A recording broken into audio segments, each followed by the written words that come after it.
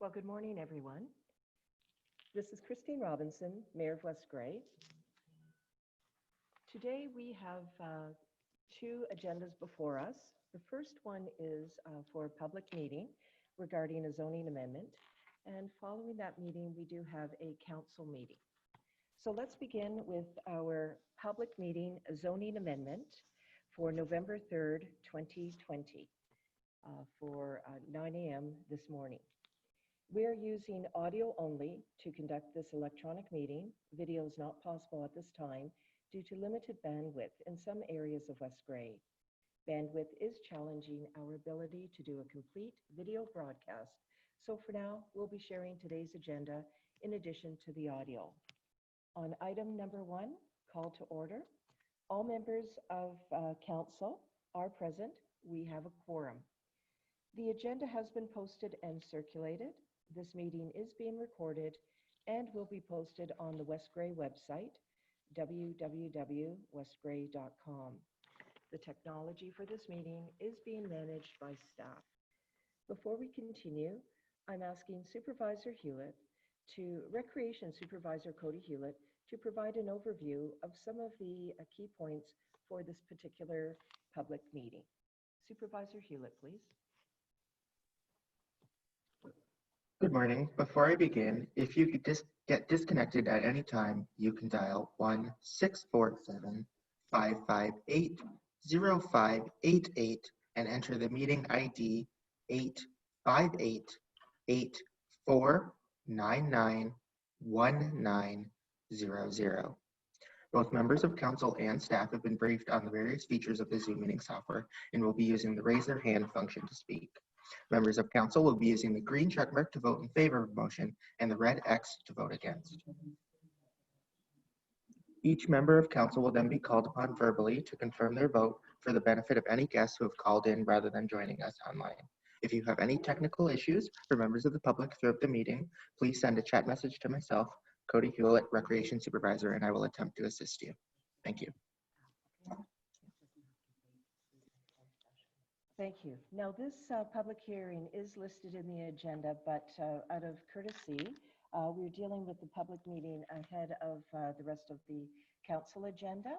And this was in coordination with our clerk to manage the agendas in this fashion. I do see Councillor Shea, you have your hand up. Thank you, Your Worship. I have the agenda of the public meeting open in front of me, and it says that there's a 10 a.m. start time. And I'm just wondering if every member of the public who wants to participate in this public meeting has been properly informed of this new earlier start time. Well, thank you. I'm going to go to the clerk for that information. There, on my agenda, there was an original 10 a.m. start, but I now have the agenda with the 9 a.m. start, which is why I proceeded accordingly. But let's go to Clerk Scharbeck. Thank you, Councillor Shea, for the question. Thank you, Councillor Shea, and through you, Your Worship. The agenda was amended to say 9 a.m. That is a correction. It didn't change. It is the correct time is 9 a.m. And the zoning notifications of this public meeting included the 9 a.m. start time for this meeting. So anybody on the circulation list was notified of a 9 a.m. start by Planner Spencer. Okay, thank you. Thank you. Well, thank you for the question. So now we are going to move on, and this is with regard to the clerk reading the recommendation. I'll be looking for a mover and seconder. We'll call the vote, and then we'll move on to item 2. Clerk Scharbeck, please. Through you, Your Worship, the recommendation is that the Council of the Municipality of West Grey hereby convenes in a public meeting pursuant to the Planning Act, Section 34, for the purpose of zoning bylaw amendment number ZA 09-2020, Ward Neal, for Lot 5, Concession 5, Registered Plan 17R2691 at 9 a.m. Is there a mover for this motion? Deputy Mayor Hutchinson, are you moving this motion? Morning, Mayor Robinson, Council. This is Deputy Mayor Hutchison. I will move the motion. Thank you. Thank you. Is there a seconder for this motion? Councillor Hutchinson, are you seconding this motion? Yes, good morning. It's Councillor Hutchison. Yes, I second the motion. Questions? On the motion, all those in favor, okay, thank you. Councillor Hutchinson, I see a hand flashing on, flashing off. Do you have a question before I call the vote? Yes, Councillor Hutchison. I was just curious. This planning report had come to us before, and I'm curious. I'm just trying to figure out why it's coming back again. Was there some kind of holding or change that because we have seen this before? Clerk Scharbeck, please. Thank you for the question. Thank you, Councillor Hutchinson. This zoning amendment application is the result of or a condition of a consent that was approved for this property. So the property and the applicant information is all very familiar from the consent process. And this is one of the conditions of that consent is that they proceed with the rezoning application. So this is the first go at the rezoning. But yes, same applicant and same property information. So just for that, so the rezoning couldn't happen at the same time that the consent happened then, is that correct? That is correct, yes. The Committee of Adjustment approved the consent, but they don't have the authority to approve the zoning. The zoning amendment is a separate application and a separate process. So it follows after the consent, but before the consent is, all conditions are deemed complete. Right, okay. That answers my question. Thank you. Thanks. You're welcome. Anything further? Calling the vote then. All those in favor signify with a check mark. Those opposed with an X mark. Okay, Mayor Christine Robinson, I am in favor of this motion. Councillor Townsend. Councillor Townsend, in favor. Councillor Hergert. Councillor Hergert, yes. Councillor Shea. Councillor Shea, yes. Deputy Mayor Hutchinson. Deputy Mayor Hutchinson, in favor. Councillor Hamilton. Councillor Hamilton, yes. Councillor Hutchinson. Councillor Hutchison, in favor. The motion has carried. On item 2, declarations of pecuniary interest, general nature thereof. Are there any to declare? Seeing none. We're on item 3, purpose of meeting. Clerk Scharbeck, could you please identify the purpose of this meeting? Thank you. Through you, Your Worship. The purpose of this public meeting of the Council of the Municipality of West Grey is to review an application for proposed amendment to the West Grey zoning bylaw number 37-2006, and to allow interested members of the public the opportunity to ask questions or offer comments with regard to the application. Council will not make a decision on the application at this public meeting. Based on the recommendations and information received at this public meeting, an amending bylaw will be presented for approval in the regular council meeting. There is a public registry located online with Recreation Supervisor Hewlett, and if any member of the public would like to be notified in writing of the decision on the application, they're to provide their name and mailing address to Mr. Hewlett via email or telephone for the registry. A person or public body may appeal the decision if they have made an oral submission at this public meeting or a written submission to council prior to the passing of the bylaw. The local planning appeal tribunal may or may not consider an appeal from a person or public body if they've not made an oral submission at this meeting or a written submission to council prior to the passing of the bylaw. Thank you, Clerk Scharbeck, for that detail on the purpose for the meeting. Members, thank you, Clerk Scharbeck, for the detail on the purpose of the meeting. Clerk on item 4, zoning amendment ZA-09-2020, Ward Neal, in brackets B07.2020, end of bracket.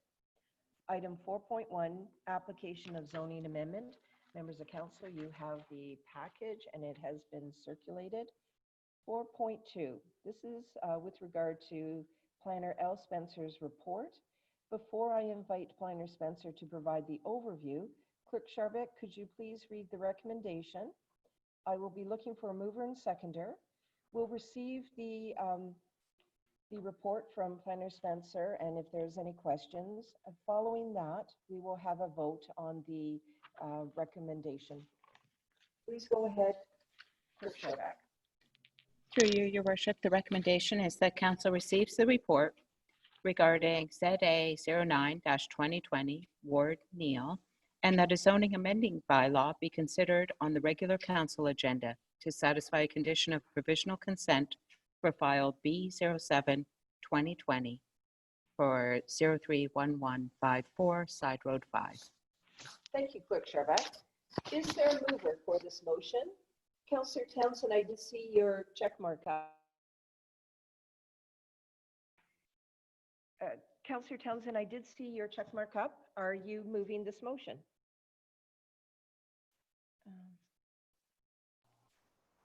Councillor Townsend, yes, I'm moving the motion. I was just waited to be unmuted. Thank you very much, Councillor. Councillor Hergert, are you seconding this motion? Counselor Hergert, yes, I second this motion. Thank you. Planner Spencer, could we please have an overview of your report?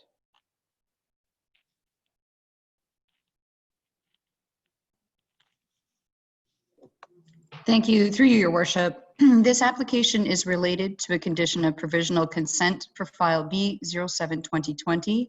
The purpose of the amendment is to rezone a portion of the subject lands to recognize the deficient lot area and frontage of a newly created parcel severed for the purposes of a surplus farm dwelling. The effect of this application will rezone the subject lands from agricultural A1 and natural environment NE to agricultural A1 with exception 422, natural environment NE, and agricultural A1. Exception 422 will recognize the deficient lot, frontage, and area of the newly created surplus farm dwelling parcel. Comments were received from the County of Grey Planning Department, the Saugeen Valley Conservation Authority, and the Grey Sauble Conservation Authority, all of which were in favor of the application. At this point in time, recommendation from the Planning Department is that this bylaw be forwarded to council for their consideration and approval moving forward in a regular council meeting for first, second, and third reading to fulfill a condition of consent for file ZA 09-2020. Thank you. Thank you, Planner Spencer. So within Planner Spencer's report and presentation, she has also taken us through 4.3 written comments received from Grey County, Saugeen Valley Conservation Authority, and Grey Sauble Conservation. Now I'm going to ask for a vote on the motion that was put forward by Councillor Townsend, then seconded by Councillor Hergert. Following that, we will deal with 4.4 verbal comments. So, calling the vote on the motion. All those in favor signify with a check mark. Those opposed with an X mark.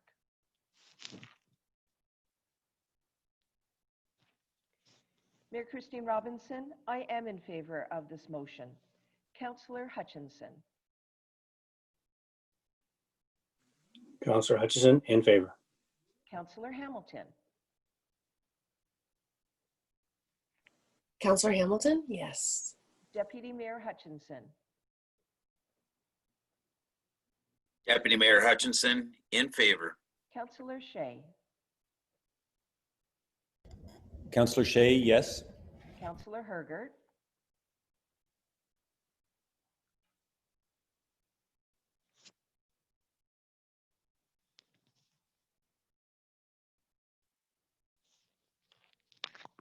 Councillor Hergert, please. I'm just going to move on for a moment. Councillor Townsend. Councillor Townsend, in favor. Councillor Hergert.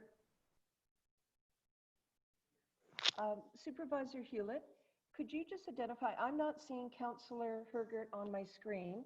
Does she appear on your screen? She is not appearing on my screen either, Mayor Robinson. It appears as though she may have been dropped from the meeting.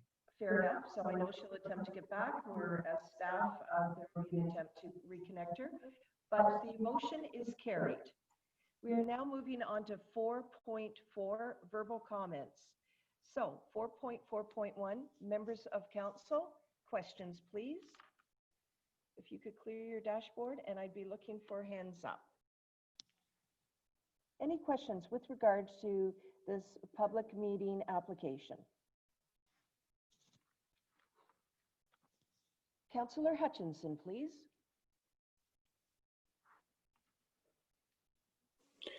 Yeah, Councillor Hutchison here. Just a procedural question. I'm curious why we were voting before we would hear from council members or the public regarding verbal comments. Seems to me we had done it the other way around before, but is this a change? Yes, and I was anticipating the question. From previous times, it was managed, but I'm going to have Clerk Scharbeck, who knows all the procedures, explain this. Thank you, through your worship. Thank you for the question, Councillor Hutchinson. The vote was only to receive the report and the recommendation that council consider a bylaw at a future council meeting. It wasn't to approve the application or to approve a bylaw. It was just receiving the report that wherein the planner had made a recommendation to support the application. So we haven't, there's no decisions made at the public meeting on the application. It's an opportunity to hear all the information and ask questions or provide comments. And then after this meeting closes and we go into our regular council meeting, the actual decision will be the zoning bylaw in the bylaw portion of that agenda. Okay. Does that help? Yeah, it does. It just seems different, a little bit different than what we've done in the past, but that's fine if that's the way it's supposed to be. Okay, thank you very much. So 4.4, verbal comments. Thank you very much, Councillor Hutchinson. You were the first one with a question with regard to this. Any other questions from members of council? Okay, seeing none. I'm going now on to 4.4.2, public members. Supervisor Hewlett, could you please assist me with this portion? Could you please assist me with this portion? Could you identify if there are any members of the public that wish to speak to this public meeting? Absolutely, Mayor Robinson. Members of the public wishing to speak during this portion may do so by raising their hand. If you have joined us over the online meeting software, you can do so by clicking the raise your hand function. It is the blue hand, usually located in the bottom right-hand corner of your screen. Alternatively, if you have joined us by dialing in over the phone, you can raise your hand by pressing *9. Members of the public wishing to speak after they raise their hand will be asked to state their name and their comment. Thank you, Supervisor Hewlett. At this time, is there anybody that wishes to speak? At this time, I am not seeing any members of the public wishing to speak. Okay. So now I'm moving on to item 5, close public meeting. Clerk Scharbeck, could you please read the motion? Through your worship, the recommendation is that West Grey Council now close this public meeting at 9:18 a.m. to reconvene as regular council. Is there a mover for this motion?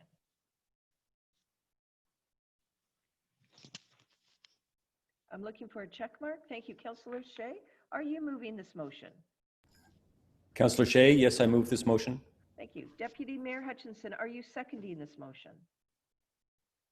Deputy Mayor Hutchinson, I will second the motion.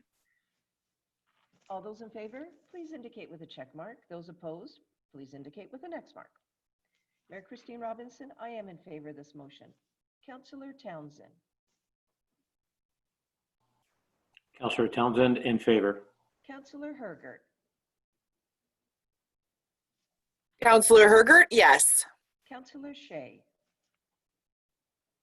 Councillor Shea, yes. Deputy Mayor Hutchinson. Deputy Mayor Hutchinson, in favor. Councillor Hamilton. Counselor Hamilton? Yes. Counselor Hutchinson. Counselor Hutchison, in favor. The motion does carry. This meeting is adjourned. So members of council, if you could clear your dashboard. We are now moving on to the council meeting for November 3rd. So you have that agenda. So we will now begin. So good morning, everyone. I'm Christine Robinson, Mayor of West Grey, and welcome to the November 3rd, 2020 West Grey Council meeting. I am going to read the electronic notification as well, because we are starting with the council meeting, and I feel that it is necessary. So we are using audio only to conduct this electronic meeting. Video is not possible at this time due to limited bandwidth in some areas of West Grey. Bandwidth is challenging our ability to do a complete video broadcast. So for now, we'll be sharing the agenda in addition to our audio meeting.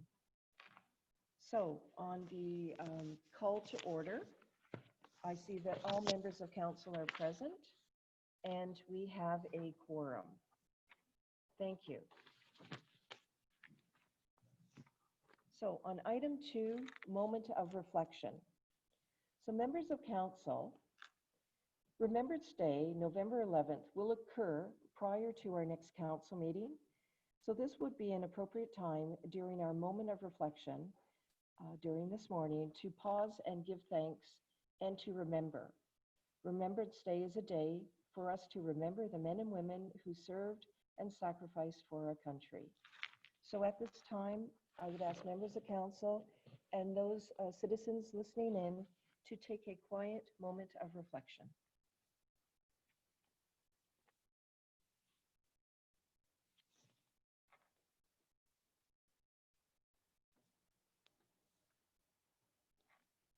Thank you. Item 3, declaration of pecuniary interest or general nature thereof. Members of council, is there anything to declare? Councillor Shea. Yes, I will have a pecuniary interest or a conflict of interest in relation to a closed session item. Thank you. So I thank you for mentioning it at this time. When we go into closed session, you could declare it at that time. Clerk Scharbeck, is that correct? Or are we to identify that publicly? Just looking for a comment, please.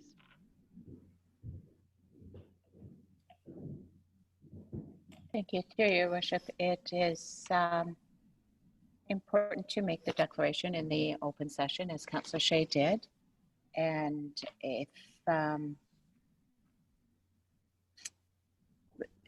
don't know what item number, so I'm just looking for right, so clarity on that publicly.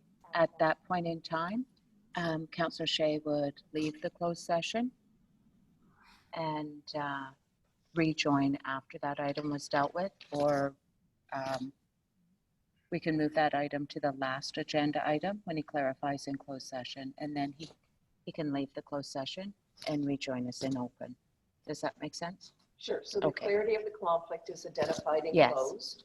All right. Thank you. It'll be so noted in the minutes. Thank you very much. I appreciate the procedural assistance. And thank you, Councillor Shea. Councillor Townsend, your hand is up. I do not have a pecuniary interest to declare, but I did notice on the agenda that item 4 is the closed session and item 6 is a public meeting. So going back to our earlier discussion, I'm wondering why we are holding the closed session after the public meetings when the agenda says it's coming before. And that's the one on the screen from Supervisor Hewlett. Thank you for that. Clerk Scharbeck, please. Thank you, through your worship. And thank you, Councillor Townsend, for the opportunity to just clarify that.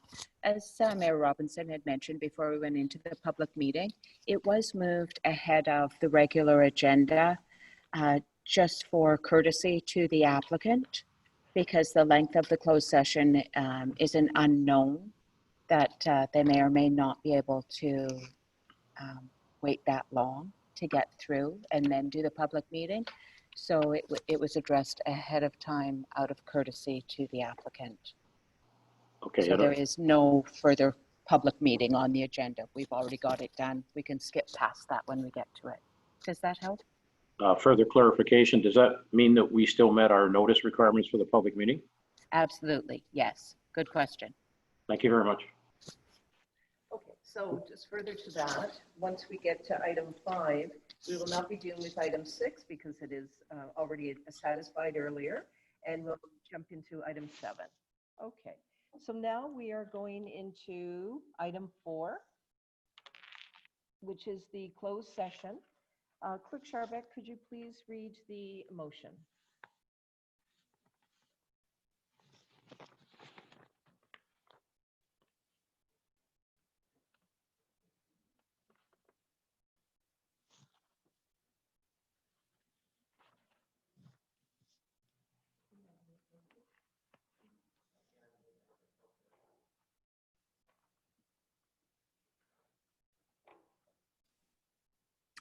Thanks for your patience with that. The recommendation to your worship is whereas the Municipal Act 2001, Section 239(2), as amended, authorizes councils of municipalities to close to the public a meeting or part of a meeting for dealing with certain subject matters.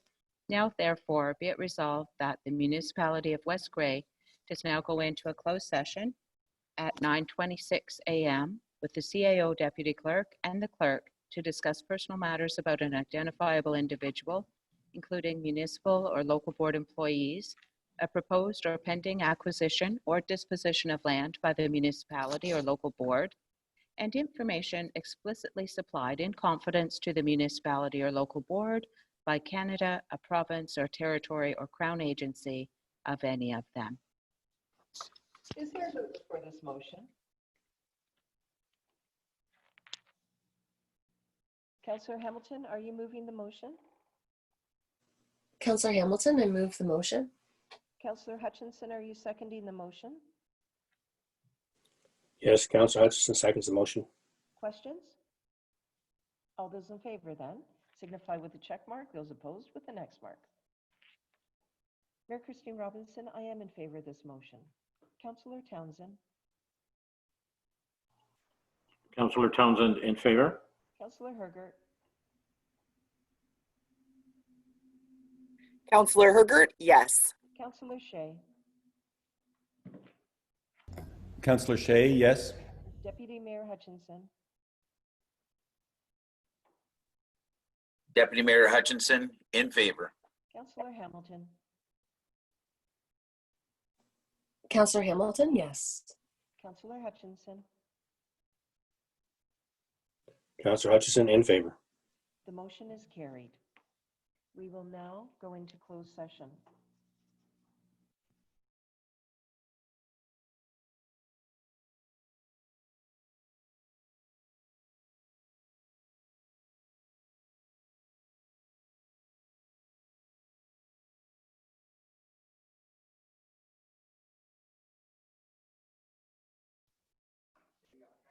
Thank you. Hello, members of council. I just want to confirm that we have all members of council present, including Councillor Shea in the open session here. If you could please at this point just indicate with a check mark so I know that we have all members of council. I'm looking for Councillor Townsend and Councillor Hutchinson at this point. If you could identify with a check mark. Councillor Shea, are you here as well? With a check mark, thank you. And Councillor Hutchinson, are you here? Councillor Hutchinson? Do we have indication that Councillor Hutchinson, I'm just looking for him at this point. Supervisor Hewlett, do you see Councillor Hutchinson? Okay, that's good. I have indication. Please clear your dashboard. We are now going to item 5, which is matters arising from closed session. Clerk Scharbeck, the motion before us to rise in public session.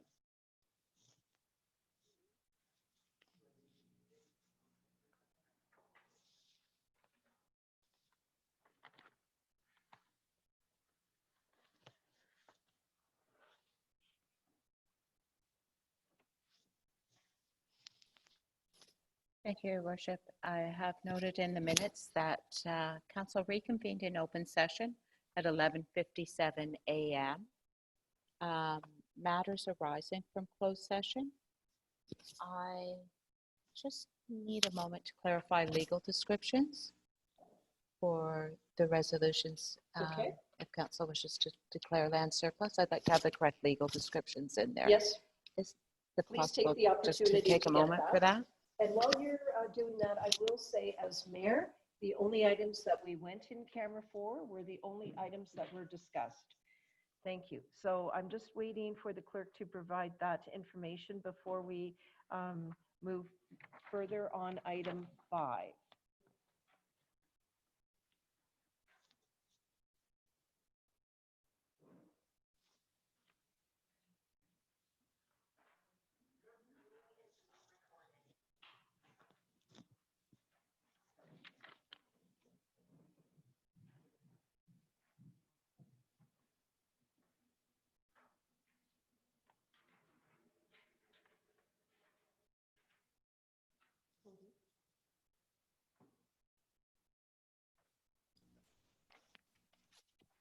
Thank you. Through you, Your Worship. There is one recommendation that council hereby declares property or lands known as Plan 508, lots 49 to 52, lots 77 to 80 in the town of Durham to be surplus to the needs of the municipality, and direct staff to give notice of the intention to sell said lands. All right, one moment. I just lost my participation panel. There you go. Is there a mover for this motion? Councillor Hamilton? Councillor Hamilton, are you moving this motion? Counselor Hamilton, I move the motion. Thank you. Councillor Townsend, are you seconding this motion? Councillor Townsend, yes, I'm seconding the motion. Thank you. With that, I'm calling the vote. All those in favor signify with a check mark. Those opposed with the next mark. Mayor Christine Robinson, I am in favor of the motion. Councillor Hutchinson.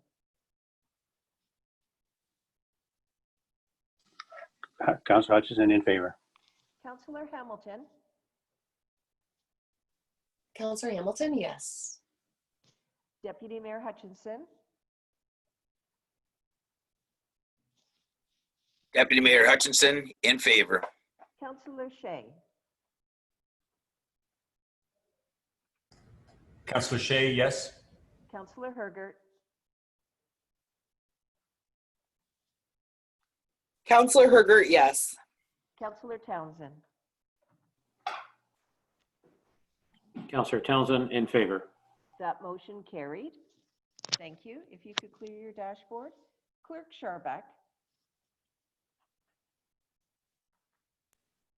Thank you, through your worship. The next recommendation is that council hereby declares lands known as 240 Garifaxis Street North and Plan 500, Part Lot 19, WGR Registered Plan 16R10764, Part 4 and 5, Durham, West Gray, being the Carnegie Library property, to be surplus to the needs of the municipality, and direct staff to give notice of the intention to sell said lands. Is there a mover for this motion? Deputy Mayor Hutchinson, are you moving this motion? This is Deputy Mayor Hutchinson. I will move the motion. Is there a seconder for this motion? Councillor Hergert, are you seconding this motion? Counselor Hergert, yes. All those in favor indicate with a check mark. Those opposed indicate with the next mark. Mayor Christine Robinson, I am in favor of this motion. Councillor Townsend. Councillor Townsend in favor. Councillor Hergert. Counselor Hergert, yes. Councillor Shea. Councillor Shea, yes. Deputy Mayor Hutchinson. Deputy Mayor Hutchinson, in favor. Councillor Hamilton. Counselor Hamilton, yes. Councillor Hutchinson. Counselor Hutchison, in favor.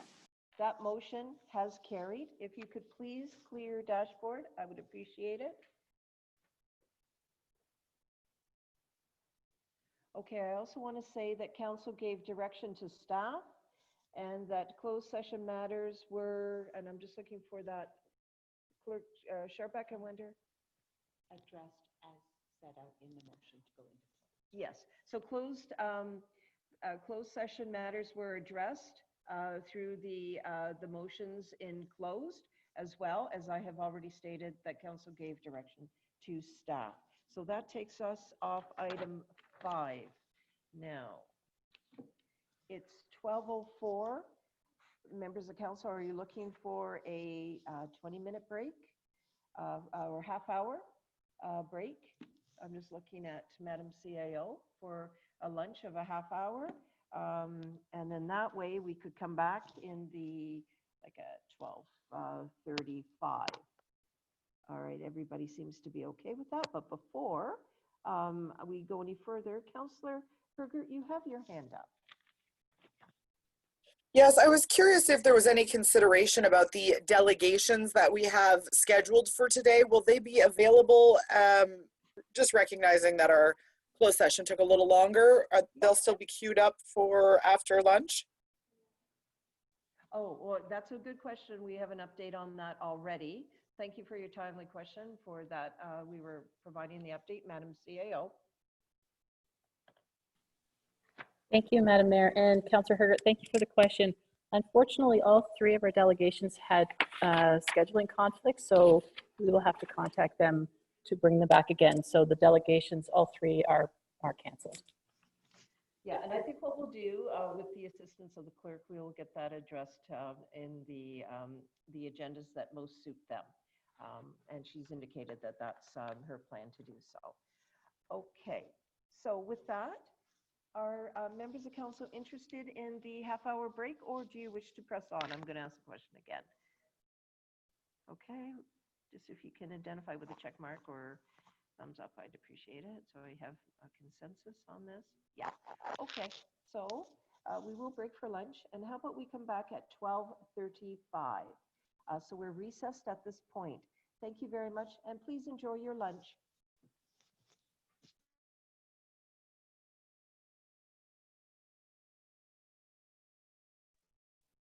Hello, members of council, staff, and citizens. I just would like to know from our members of council if you are present following our recess lunch break.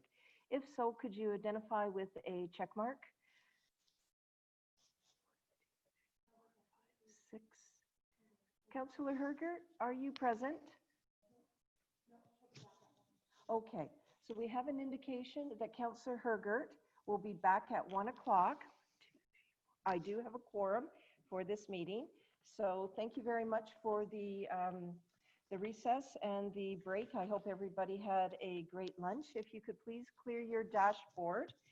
Now what I'm doing is I'm holding the mic on my earbuds closer to my mouth, hopefully that the volume is good. I have an indication that it's good. Specifically, Councillor Townsend, yes, I appreciate that. And Councillor Hamilton, thank you for the clarity on the fact that you could hear my audio. So we have completed item 5. On item 6, members of council, that was the agenda with regard to the public meeting zoning amendment that we dealt with right at 9 a.m. this morning. So we've completed item 6. We are now on item 7, comment period. So Supervisor Hewlett, could you please identify the parameters by which an individual can participate using their phone or the computer, as well as please identify to me if there's anyone wishing to provide a comment at this time. I cannot hear you, Supervisor Hewlett. Can you hear me now? Yes, thank you. Perfect. Thank you, Mayor Robinson. Members of the public who would like to participate in comment period can do so in a variety of ways. If you would like to verbally participate, you can do so by raising your hand. If you have joined us over the computer, you would do that by pressing the raise your hand function, which is the blue hand located in the bottom right-hand corner of your screen. If you have joined us over the phone, you can do so by pressing *9 on the phone, which we will unmute you and you can state your name and your comment. Alternatively, you can send a chat message to myself. While we were in closed session, I did receive one written comment from a member of the public that I can read at your request. Yes, please go ahead, Supervisor Hewlett. So this is from Marion Radcliffe. Yes. And it states, I wish to voice my support for the return of a plastic film and styrofoam recycling program in West Grey. I appreciated it when we had it and look forward to its return. It would result in a significant reduction in my own home waste. Also, do we have recycling for Tetra Pak? If not, can we get it? Thank you. Oh, please go ahead. Pardon me. Sorry, there was 2 parts to her email that she had sent. The second, regarding item 10.1.5, the letter about Ontario barn preservation, I ask that council please seriously consider this and include it in our municipal planning policy if at all possible. Older barns add to the beauty of West Grey's countryside and hark back to an age when things were built to last. Thank you for listening. Marion Radcliffe, West Grey. Thank you very much, Marion Radcliffe. Always appreciate your comments. I'm just wondering.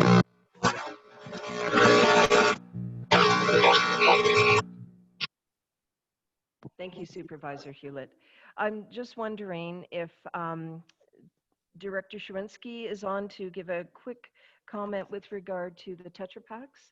If not, we would have to do a follow-up, but I'm just wondering if he's available at this time. If not, no worries. Do we see him on the line?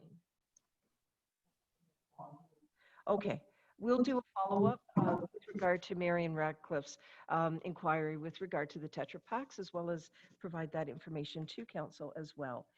Supervisor Hewlett, is there anyone else that wishes a comment at this time?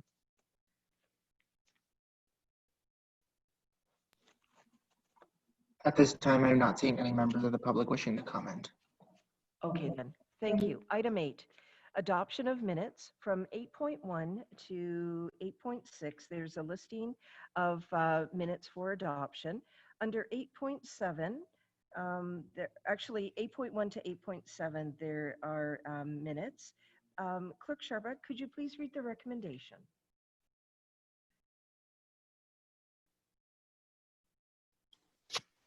Thank you. Through you, Your Worship. The recommendation is that council adopts the minutes of the October 13th, 2020 special council meeting and October 20th, 2020 council meeting, and that council receives for information the minutes, the March 11th, 2020 Accessibility Advisory Committee minutes, September 1st, 2020 Elmwood Community Center Board minutes, September 2nd, 2020 Accessibility Advisory Committee minutes, September 30th, 2020 Draft Elmwood Fire Department Joint Board of Management minutes, and the October 7th, 2020 Durham Business Improvement Area minutes for information. Would there be a seconder for this recommendation to turn it into a motion? But well, let me go with the mover and seconder, and then I see Councillor Shea has his hand up. Councillor Hamilton, are you moving the motion? Councillor Hamilton, I move the motion. Councillor Hutchinson, are you seconding this motion?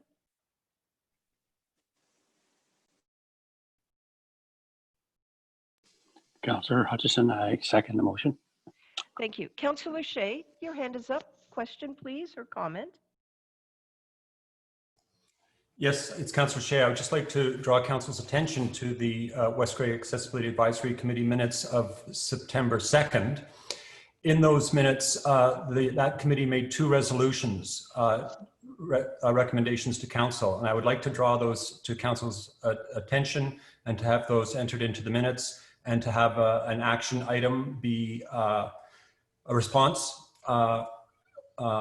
triggered by these recommendations. And the first recommendation was a resolution to recommend that West Grey Council try to ensure that the Grey County to Flesherton to Walkerton bus routes use accessible buses.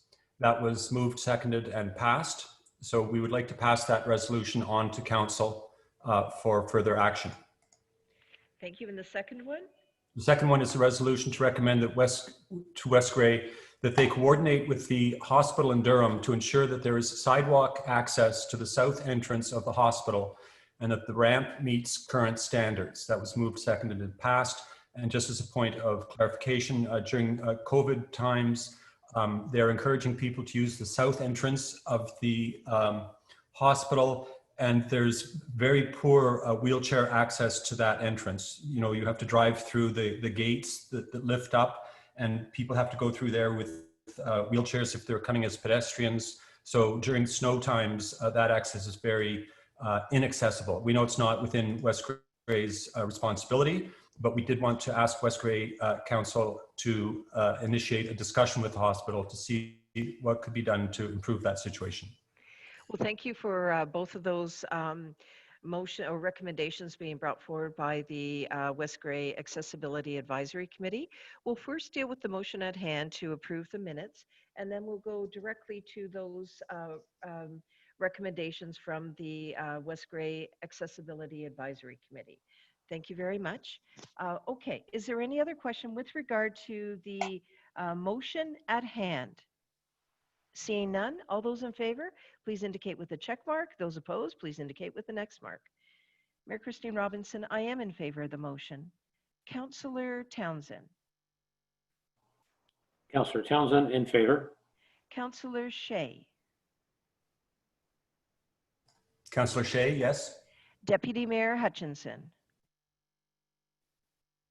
Deputy Mayor Hutchinson, in favor. Councillor Hamilton. Councillor Hamilton, yes. Councillor Hutchinson. Councillor Hutchinson, in favor. Motion carried. And please note, Councillor Hergert identified that she would be back at 1 p.m. So she's not part of that vote. Okay, thank you. Going right now to the recommendations from the Accessibility Advisory Committee. Clerk Sharpak.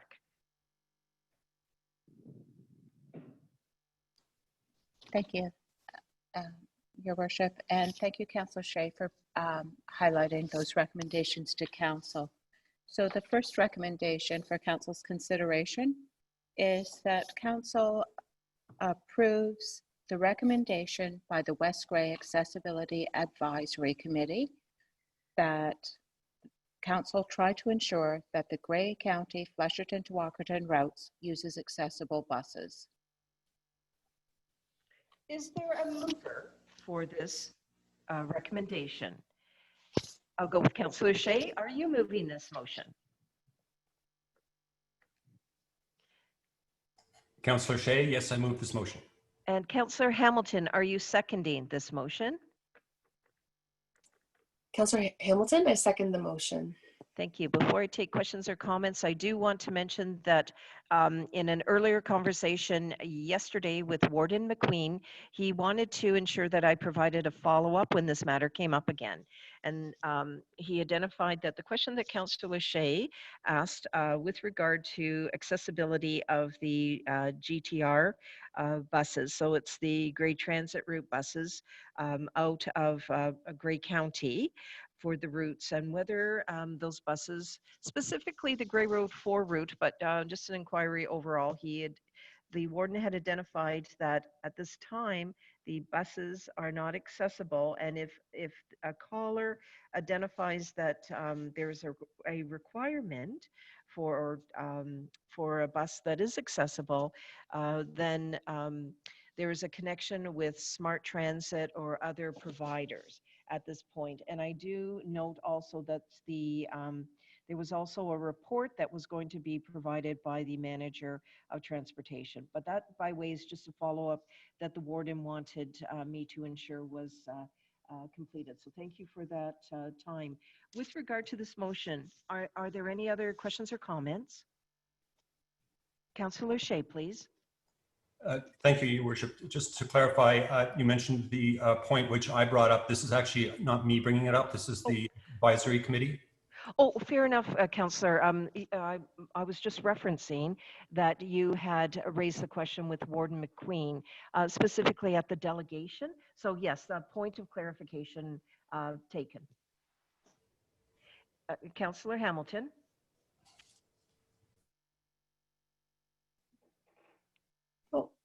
Oh, thank you, Mayor Robinson.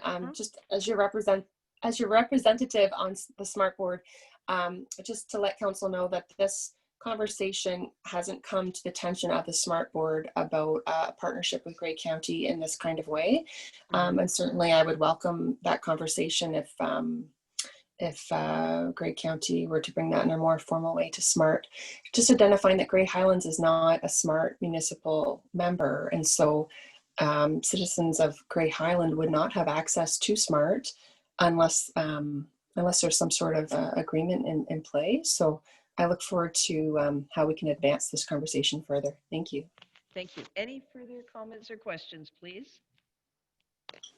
Okay, on the vote. Oh, yes, Councillor Hergert, welcome back. And you have your hand up. Yes, thank you. Can I just ask that the clerk reread the motion in its entirety, please? Certainly. Clerk Thank Sharback, please. Thank you, through your worship. The recommendation is that council hereby approves the recommendation by the West Grey Accessibility Advisory Committee that council tries to ensure that the Grey County Flushton to Walkerton routes uses accessible buses. Yes. Can I add that we circulate that to all the Grey County lower tiers? As the mover of the motion, Councillor Shea, would you like that included?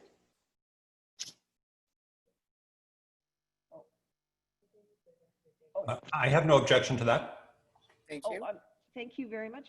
Clerk Sharback, you have a comment you wish to make.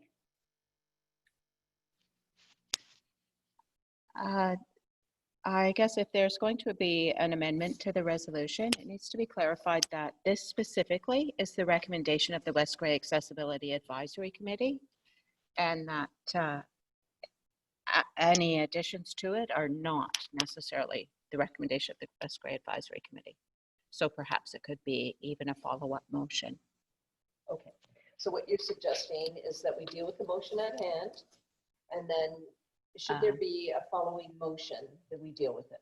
That the motion regarding the accessible buses be forwarded to all lower tiers or something. Okay. And then it keeps that recommendation from the advisory committee very clean, and we can report back to them that council approved their recommendation. Thank you for that clarity. So Councillor Hergert, I would be coming back to you if you want to consider a second motion after we deal with the motion at hand.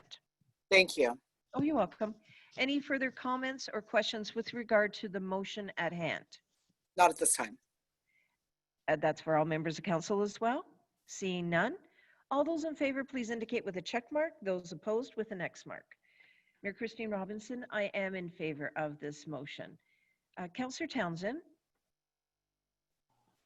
Councillor Townsend in favor. Councillor Hergert.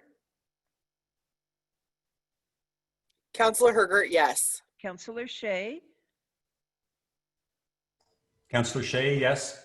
Deputy Mayor Hutchinson.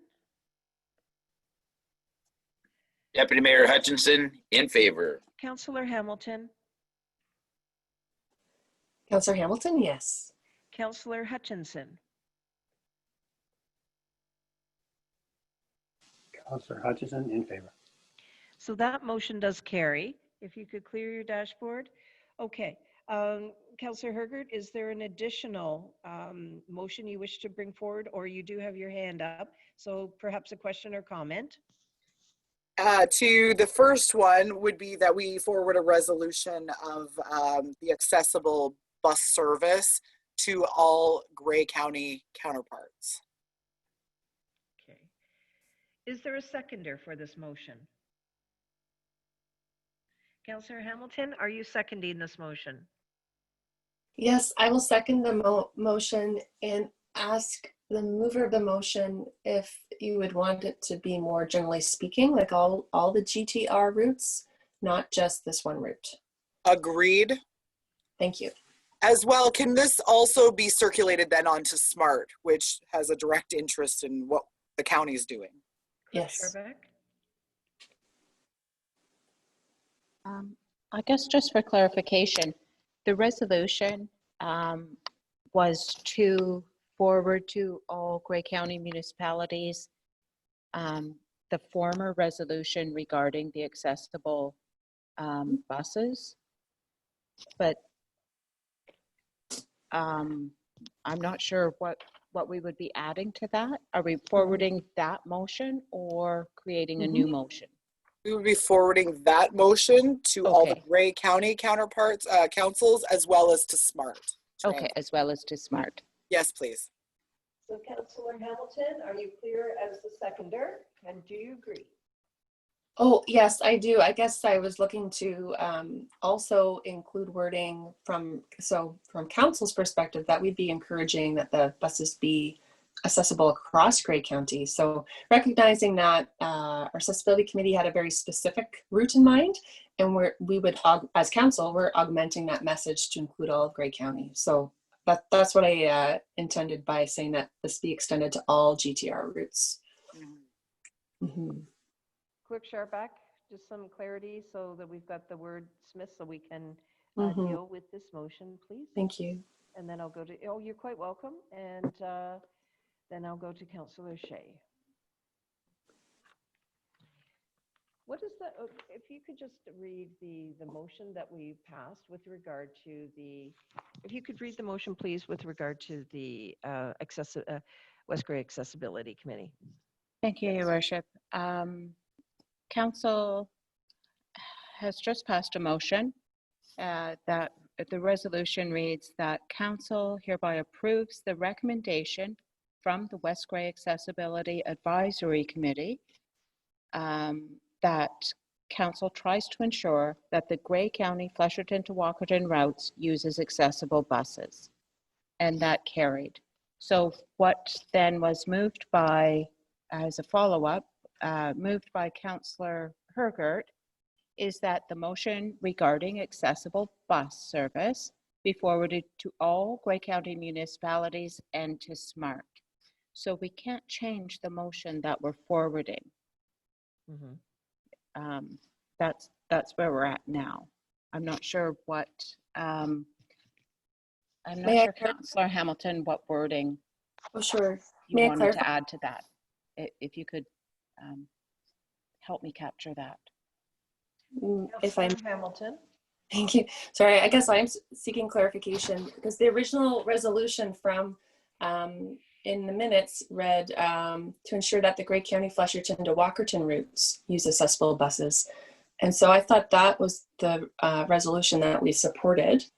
Yes. Okay. And so clerk, I'm wondering, we supported that motion. Can we not build on that motion as council to say, and in addition, council would like to see that accessible buses be used on all GTR routes. So I'm building on the Accessibilities Committee's more limited resolution and extending it to all of Grey County. Clerk Sherbeck. So we've got the motion already passed with regard to the West Grey Accessibility Committee. So we'd be dealing with a new motion at this point, and is there an ability to address that? What was the wording there? That council, in addition, that council would like to see accessible buses on all routes? All GTR routes, yeah. And I guess, clerk, I'm just seeking clarification about the motion we just passed.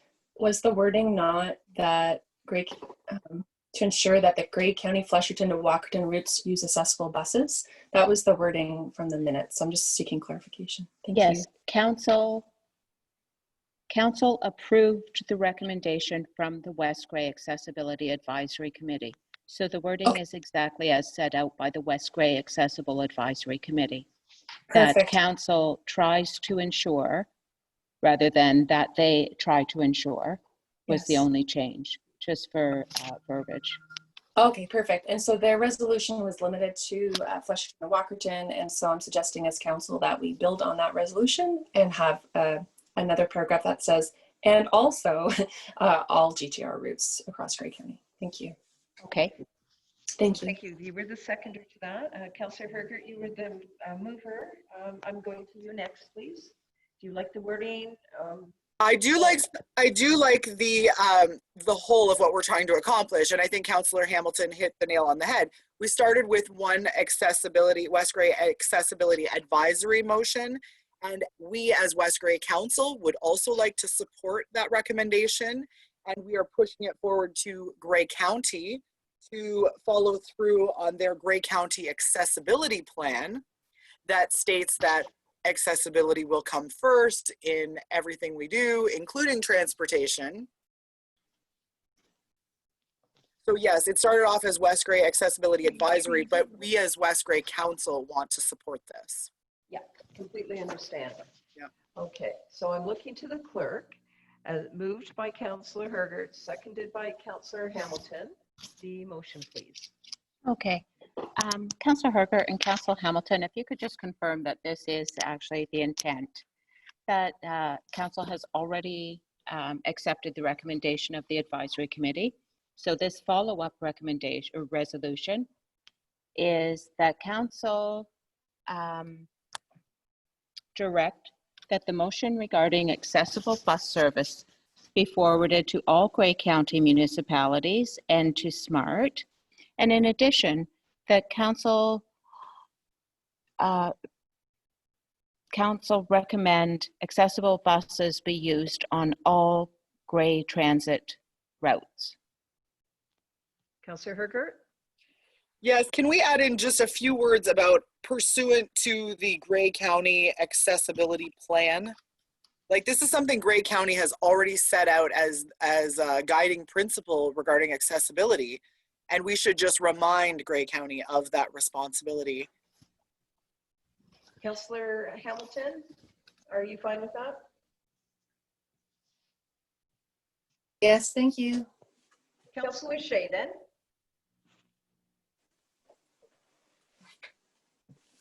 Councillor Shea, I have two little concerns. One is I would ask in the initial resolution, which was passed, which says that council will ensure that Grey County will try to ensure the Grey County Fletcherton Walkerton routes use accessible buses. I didn't ask what council will do to try to ensure. Will council write a letter to Grey County? And the reason I'm asking is because if there's no actual action planned, then I would like to consider amending the motion on the floor to also include distribution to Grey County. But I would hope there would be some actual action planned. So I could tell you, as one of the representatives on Grey County, and certainly the deputy mayor is the other one, we would be articulating that when the items come forward with regard to Grey County transportation. And certainly it is paramount in our priority with the transportation that it would be enhanced for accessibility as well. So that would be done.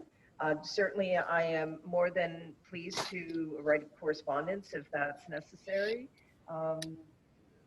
What else are you seeking? Those are two actions.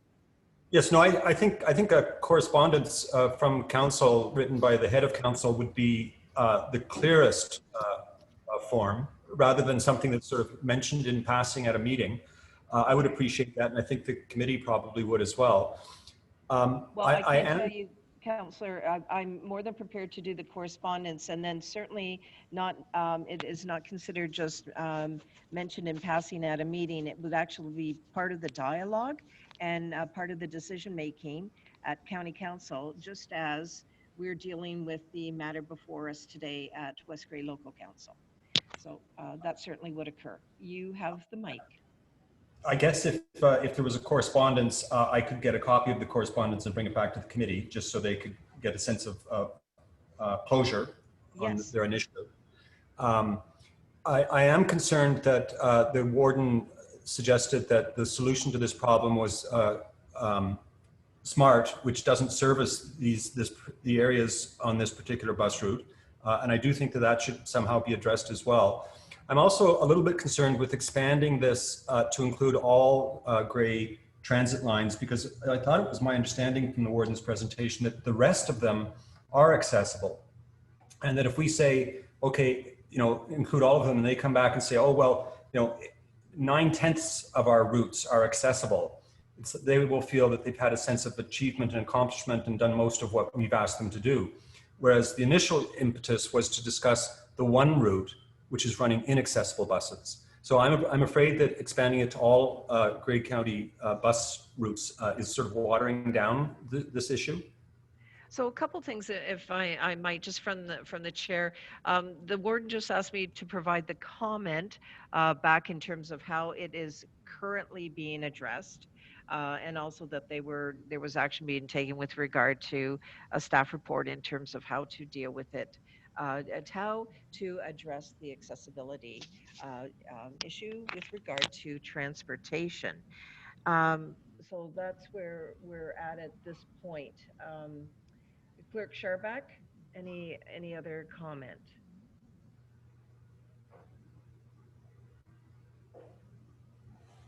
No, just there is a motion on the floor at this time, moved by Councillor Hergert, seconded by Councillor Hamilton, that the motion regarding accessible bus services be forwarded to all Grey County municipalities and to SMART. And in addition, that council request accessible buses be used on all Grey County transit routes pursuant to the Grey County Accessibility Plan.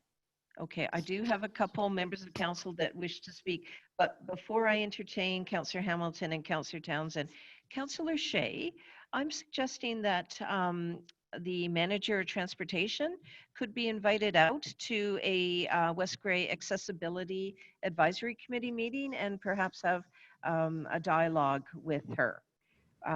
Would that be an option? I don't think that would hurt. Okay. Sure. Thank you. Yeah, it's just another option in terms of how we can address this concern for improvement. So I just leave that as a possibility, and certainly I could provide you with the connect on that, or certainly Madam CAO could do that as well. So it's just an option available. Councillor Hamilton, please.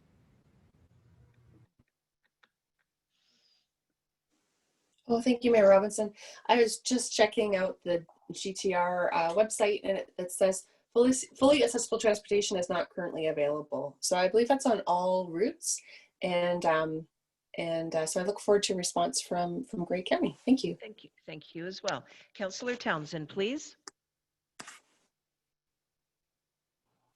Yes, thank you, Madam Mayor. I just wanted to clarify a comment that was made.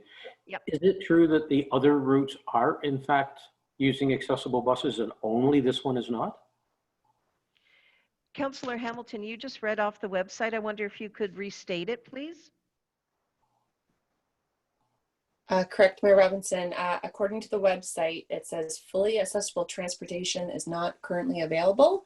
And so people have to call a number and they make alternative arrangements at this time. Yeah, and that's what the warden had identified. You still have the mic, Councillor Townsend. Right. So from your personal knowledge, Madam Mayor, and sitting on County Council, I just wanted to make sure that applies to all of Grey County and not just select routes. So if it applies to all, then I think we should encourage them to do all. That sounds fine. Thank you. Thank you as well. Now, where are we at with this? The clerk has just left for a moment. So, Madam CAO, the clerk has left. Are we to wait on this item or can we proceed?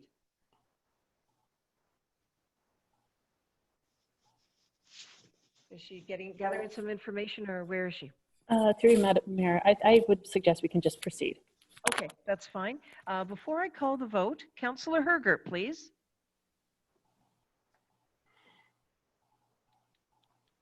Sorry, I apologize if this has already been asked and answered. I'm just curious, are we at all interested in bringing the SMART discussion to the county via that framework model, where if two municipalities lower tier would bring it up, that this could be a potential solution already hand delivered to Grey County as a possibility for reaching their accessibility target. So if we took a different avenue, could we get there swiftly? Oh, interesting comment. Thank you for that. Right. Thank you for adding levity. Okay, so when we last discussed this, and please refresh my memory, also Councillor Herger, but also Councillor Hamilton, how we landed was that Councillor Hamilton was having this addressed through SMART first, and then you were going to report back perhaps in terms of what the position was of SMART, and then we would be reassessing it at that point if we wanted to move forward as a council with any recommendation to Grey County.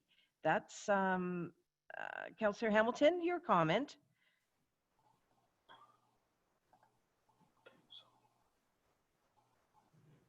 Oh, thank you. Thank you for the question. I've had the same thought process, Councillor Herger, after seeing this framework come through. So I do recall many months ago, many SMART municipalities members had sent letters and circulated letters saying, we would really like Grey County to take this up. And I haven't seen any conversations come out of Grey County myself from that, and they haven't come back to the SMART board. And so after seeing the framework that is being considered perhaps for waste management, I had the same thought. Is that perhaps the approach to take to further that discussion with SMART? So perhaps that's something we could all reflect on. And if that's a path we want to go to, we could make a motion to that at another time. I wouldn't want that to hold up this discussion, but we're on the same page. I just don't know that we do that right this moment. Yeah, I'd really like some information back from SMART if we could with regard to that, because the item is being up for consideration, and as we're looking at accessibility with regard to the newly created transit routes at county, I think it'd be important to have that information brought back. Would you be of the mind to bring that information to us, Councillor Hamilton? For sure. At our next SMART meeting, I'll bring this conversation back to SMART and just see how we further this conversation at Grey County. If it's something that, as I mentioned previously, SMART has made a delegation to Bruce County. So would that be in the best interest for Grey County, or perhaps we need our mayors or deputy mayors to make a motion at Grey County to start this other process? But yeah. So yes, I will discuss and bring this back to council, and I appreciate all the interest, and I'm very supportive. Thank you. Yes, and thank you for that, because having that information brought forward, I will have that available, and so will the deputy when we're dealing with that at the county. Also, if there is an ability for the chair of SMART to make a delegation, that would also be, I think, of interest to this council as well. May I clarify, Madam Mayor, you would be interested in the chair making a delegation to West Grey Council or to Grey County? Yeah, okay. Good clarification, but to our West Grey Council. I think that sure. Okay. The timing would be wonderful. Thank you very much. Thank you. Madam Clerk, where are we at? So do we have a motion on the floor from Councillor Hergert, and also from moved by Councillor Hergert and seconded by Councillor Hamilton, if I recall. And we had a bit of a motion on there for circulation of the previous resolution. I think that's where we're at. I wonder if you could at least attempt the language on that. I'll get clarification and see whether the members of council wish that to be pursued or perhaps withdrawn. I don't know at this point. So could you just state the motion at hand? Thank you. Through you, Your Worship. The motion on the floor is moved by Councillor Hergert, seconded by Councillor Hamilton, that the motion regarding accessible bus services be forwarded to all Grey County municipalities and to SMART. And in addition, Council recommend accessible buses be used on all Grey County transit routes pursuant to the Grey County Accessibility Plan. Okay, that's very, very detailed. Thank you for that. Councillor Hergert as the mover, is that clear in your motion? Yes, it is. Thank you very much. Thank you. Councillor Hamilton as a seconder. Is that clear to your motion? Yes, thank you. Okay. We've had a great discussion.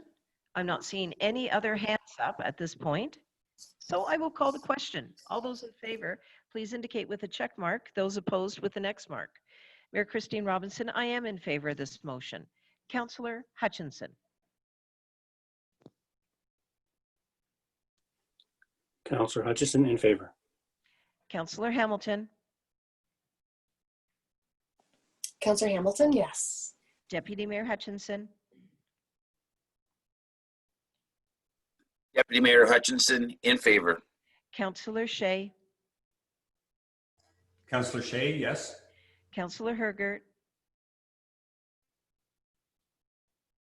Councillor Hergert, yes. Councillor Townsend. Councillor Townsend in favor. So the motion is carried, members of council.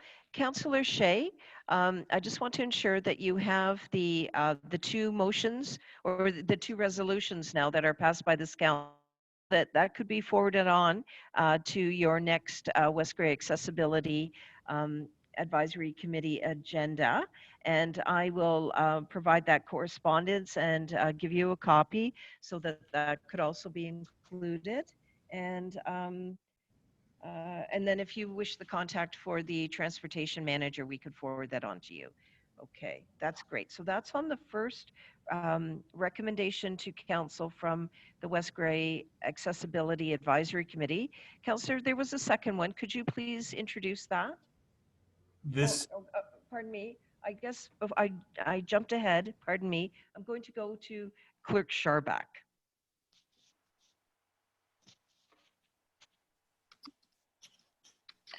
Thank you. Through you, Your Worship. The second recommendation to West Grey Council, it contained in the West Grey Accessible Advisory Committee's minutes, is that they recommend to West Grey that they coordinate with the hospital to ensure that there's a sidewalk access to the south entrance of the hospital and that the ramp meets current standards. So our resolution would read that West Grey Council approves the recommendation of the West Grey Accessible Advisory Committee to coordinate with the hospital to ensure that there is sidewalk access to the south entrance of the hospital and that the ramp meets and confirm that, that the ramp meets current standards. Councillor Shea, would you be moving that motion? Yes, Councillor Shea, I'm happy to move that. Would there be a seconder for this motion? Councillor Townsend, are you seconding this motion? Councillor Townsend, yes, I'm seconding the motion, but I do have a friendly amendment. There's no amendment. And it's the word coordinate that I think kind of bothers me. Councillor Shea, I'm sorry. I apologize for interrupting you. Councillor Townsend, Clerk Scharbeck, please.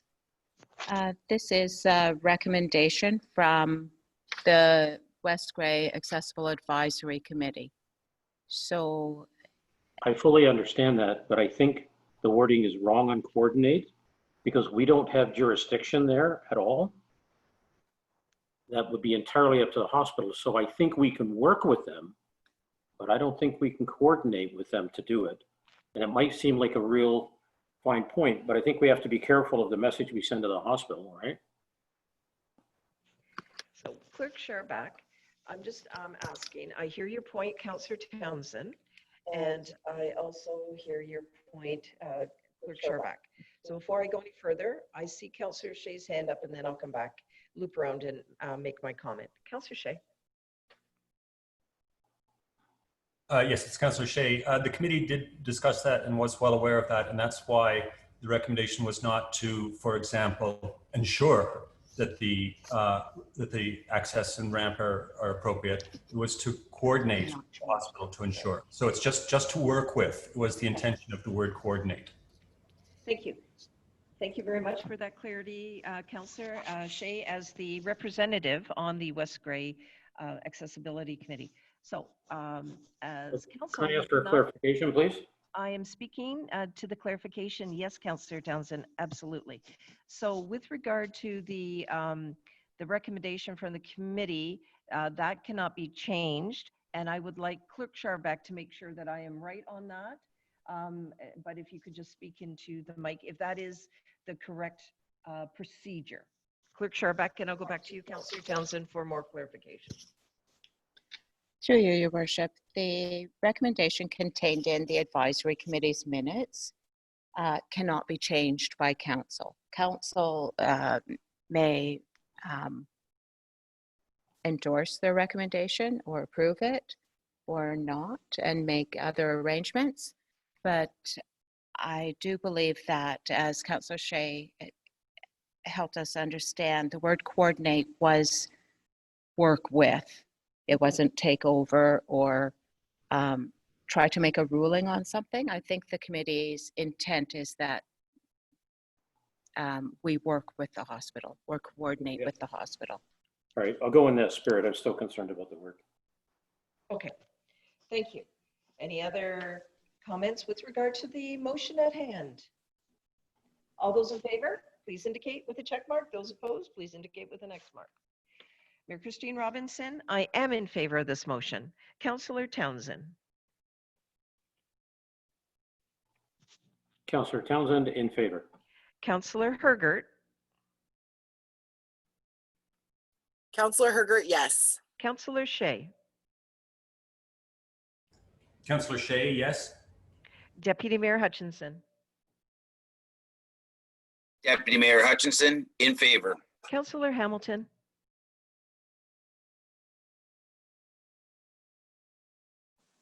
Councillor Hamilton, yes. Councillor Hutchinson. Councillor Hutchison, in favor. That motion carried. Now, before we go on to item 9, Clerk Scharbeck, I just have a quick question for you. And if it's something that requires follow-up, that's fine as well. I'm just asking everybody clear their dashboard. All right. My question to you, Clerk Scharbeck, when we have the item dealing with adoption of minutes, and if there happens to be an action from some of the committees, as in the case for the West Grey Accessibility Advisory Committee, is there an ability to highlight those recommendations in the agenda, or is there a different approach?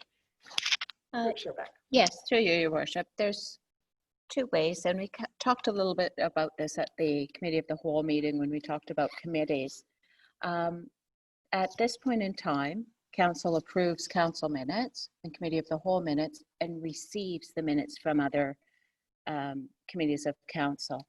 So council could approve the minutes of other committees of council, which would approve everything contained therein, or as today, have that a council representative or the chair of the committee draw attention to those motions. So ideally, it would be in a letter to me or a report of some kind that from the chair or the council representative that I could include on the agenda.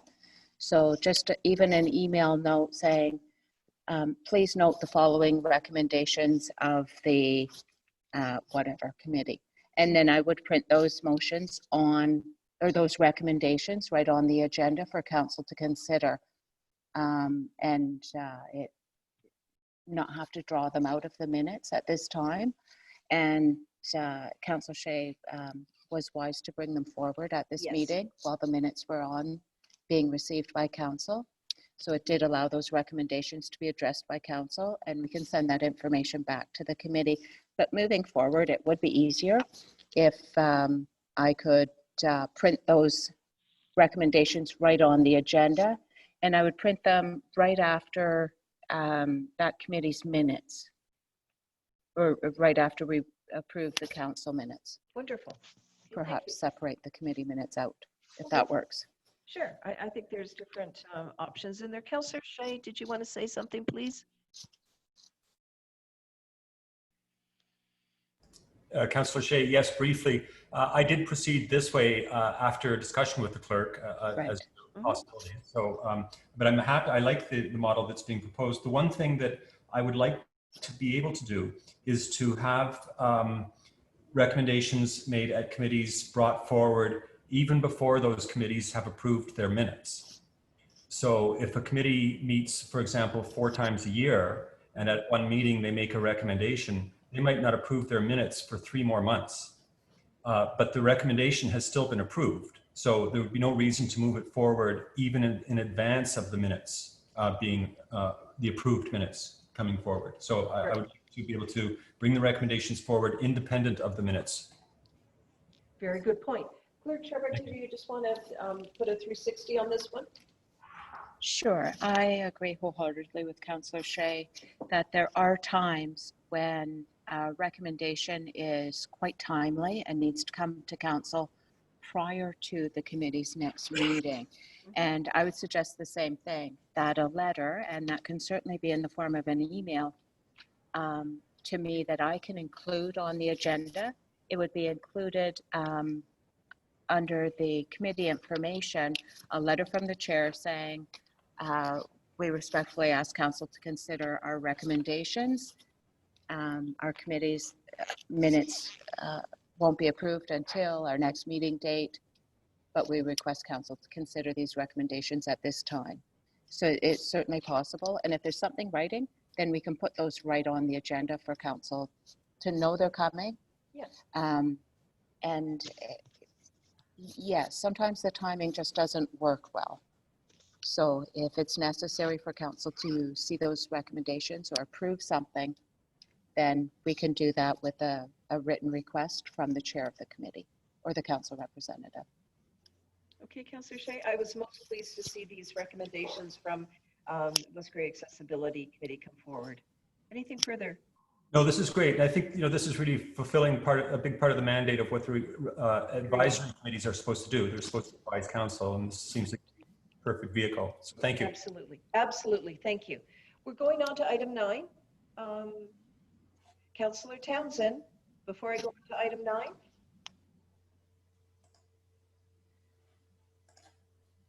Yes, thank you, Madam Mayor. Yes. I just wondered if we could send a note to all of the chairs of the committees to that effect, rather than rely on it having just to get there, just to make sure that it's clear and it comes officially from the clerk, because she's the one that will have to be contacted. I do know that there will be some enhancements with regard to our committee of the whole discussion. So I think following that committee of the whole discussion, and ultimately should council ratify the recommendations dealing with our committees, that's when our clerk will be bringing some matters communication forward. That's what she's indicated to me at this point. And so noted, Councillor Townsend. Thank you. Thank you. And your volume's going down a bit as well. Oh, thank you for catching me on that. I very much appreciate it. How's my volume now, Councillor? Great. Thank you. Okay. Thank you. You're welcome. Item 9, routine department reports. Item 10, miscellaneous. Oh, pardon me. Item 9, routine department reports, NA. Item 10, miscellaneous correspondence. We do have items for information under item 10.1. So these are as follows. 10.1.1, the Ministry of the Environment, Conservation and Parks, Blue Box a draft transition schedule. 10.1.2, County of Wellington requests to support the resolution adopted on September 24th, 2020 regarding aggregate resource property and valuation. 10.1.3, Township of Glengarry resolution regarding allowance of capital expenditures under the Safe Restart Agreement. 10.1.4, Loyalist Township resolution regarding funding for community groups and service groups affected by the pandemic. 10.1.5, Ontario Barn Preservation regarding barns as a cultural heritage resource. So, Madam Clerk, the recommendation before us. Through you, Your Worship, the recommendation is that all correspondence items not otherwise dealt with are hereby received. Is there a mover for this motion? I'm looking for check marks for mover and seconder. And I will deal with questions following this. Councillor Hutchinson, are you moving this motion? Councillor Hutchison, yes, I move the motion, and I do have a question too. Thank you. Okay, I'll go to you right after. Deputy Mayor, are you seconding this motion? This is Deputy Mayor Hutchinson. I will second the motion. Okay, on questions or separations, I know there was Councillor Hutchinson and Councillor Townsend. Yes, both have their hands up. Councillor Hutchinson first. Yeah, so the one on the aggregate, I think it's one that we should support, where the assessment of properties with gravel pits. I thought that made sense, that we probably aren't getting our fair share in terms of taxes from properties under that. So I'm not sure direction on that, whether we have to pull that and then support it. Yes. That's one thought I had. Okay. Do we want to deal with that, or do you want me to go through? I have another question here. So what I'd Somewhere like to to- do is, if it's okay, I would first like to know if there's any items that want to be pulled, and you've demonstrated that 10.1.2 dealing with Wellington County's request will be pulled. We'll see if there's any other member of council that wishes any of the correspondence to be pulled. Then we'll call the vote on the matter to be received, the items to be received, and then deal with any of the items that have been pulled. So, Councillor Hutchinson, you still have the mic. Okay. The one about the barns, I thought that was an interesting project. The problem I see with it is that, what can we do to help preserve barns? And one of our residents mentioned that too, about the natural history associated with barns and the beauty that they bring to our municipality. But it becomes difficult when those barns are on individuals' properties. I noticed this morning when we passed in our planning that we did a severance, and there was a barn on that property that was severed off the farm property. And I'm curious to know what might happen to that barn. And this legislation, or this letter, speaks to making changes in our planning act so that we try to preserve barns in our area. So maybe our planner could speak to that, or our clerk. I don't know, but it is a bit of a difficult one, but I think it's one worth investigating. So that was just, I guess, just my comment on that piece. I'm wondering on that one, which is in regards to 10.1.5. I'm wondering if there's an ability that council is looking for a staff report, and just in terms of how it's dealing with our current official plan and our official plan that is under review right now. Also, if we're interested in comment from our agricultural sector, just putting this out for food for thought in terms of, are we looking for a bit more information before we deal with this? And also there is it's just been, we're just getting the final touches on our Grey County Agricultural Advisory Committee as well. Perhaps there's, this item could be put over there. All food for thought, mind you, Councillor.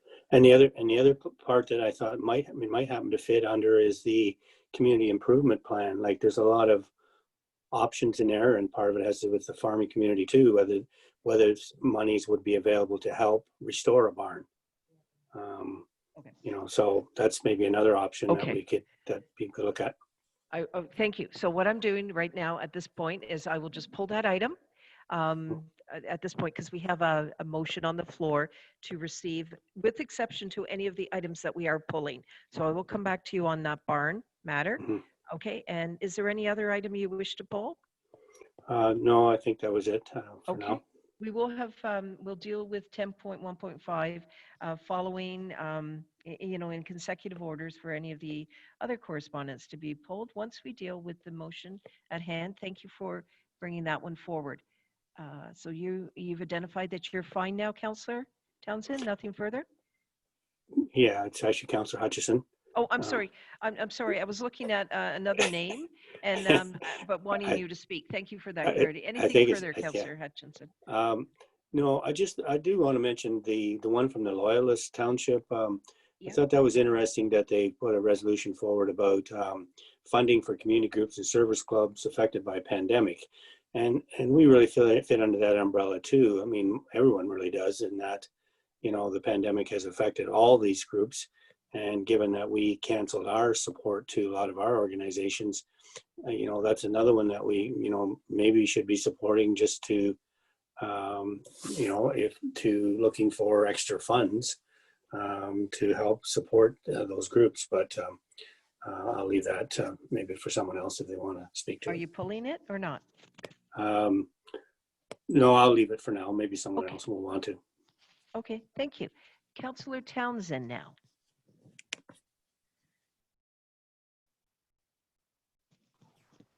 Thank you, Madam Mayor. I was going to ask to pull 10.1.2. Sorry, as well, yes, as well as 10.1.3, because I want to have a discussion around whether staff and/or the emergency group feels that capital expenditure should actually be allowed under the Safe Restart Agreement. Okay, thank you. Anything further? No, that's fine. Thank you. Oh, you're quite welcome. Councillor Hamilton then. Thank you. My peers have pulled the ones I wanted to pull, but I'd also like to pull the first one, please. Point 1. Thank you. Thank you. Okay. Not seeing any other comments from members of council. Clerk Sharbutt, could you please read the motion at hand?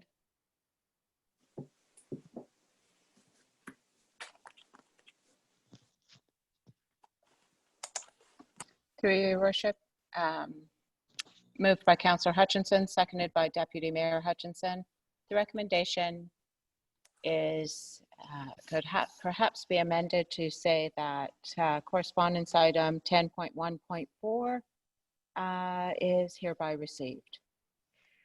Okay. All those in favor indicate with the check mark. Those opposed with the next mark.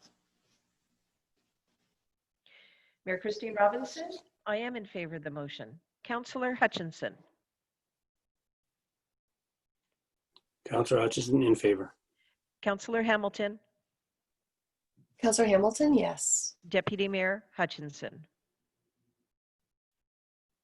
Deputy Mayor Hutchinson, in favor. Councillor Shea. Councillor Shea, yes. Councillor Hergert. Councillor Hergert, yes. Councillor Townsend. Councillor Townsend, in favor. Motion carried. So now let's deal with 10.1.1, the Ministry of the Environment, Conservation and Parks, Blue Box Draft Transition Schedule. Councillor Hamilton, you were the member of council that pulled this one. Please proceed. And Councillor Thank you, Shea, could you Robinson. take your check mark off? Thank you. Just a couple of questions. My first question is, from whom did this correspondence come from? Is it from AMO or is it from the ministry? Clerk Sherback.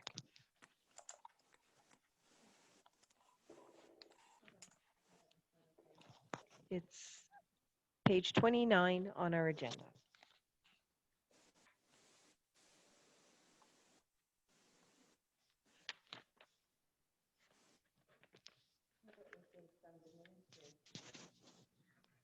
So to speak in the message, please. I'm sorry. We received it from the ministry. Okay, thank you. And then my other question is, and this might be a question for a public works director. And so we were invited to provide our preferred date of transition, which was 2023. We've been assigned 2025. And the question is, will this be problematic for us? And if so, we are invited to share any issues with the ministry. So I'm looking for comment from our Public Works Director, please. Director Schwinsky, our Director of Infrastructure and Public Works.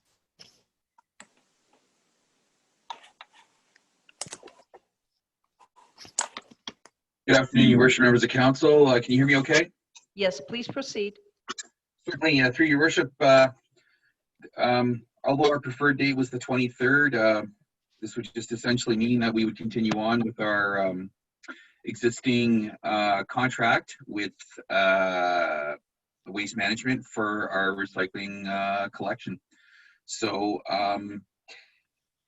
it's not problematic in that respect. However, if it is the will of council and council still wishes to be engaged in the transition date of 2023, I can contact the ministry. Anything further?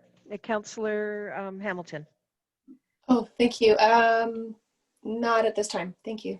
Thank you. And the clerk has advised me that motions of support should be on our next agenda. So if there is an indication from this council that you're looking for motions of support, please indicate that, and they will be presented on the next agenda for discussion. Okay, thank you. So is there anybody else that wishes to deal with this item? Is this Councillor Hamilton? Is this, or first of all, Clerk Sharback, if we don't do anything with this item, it's just identified as receipt unless there is a motion to, or an indication to put it forward on the next agenda. Is that correct?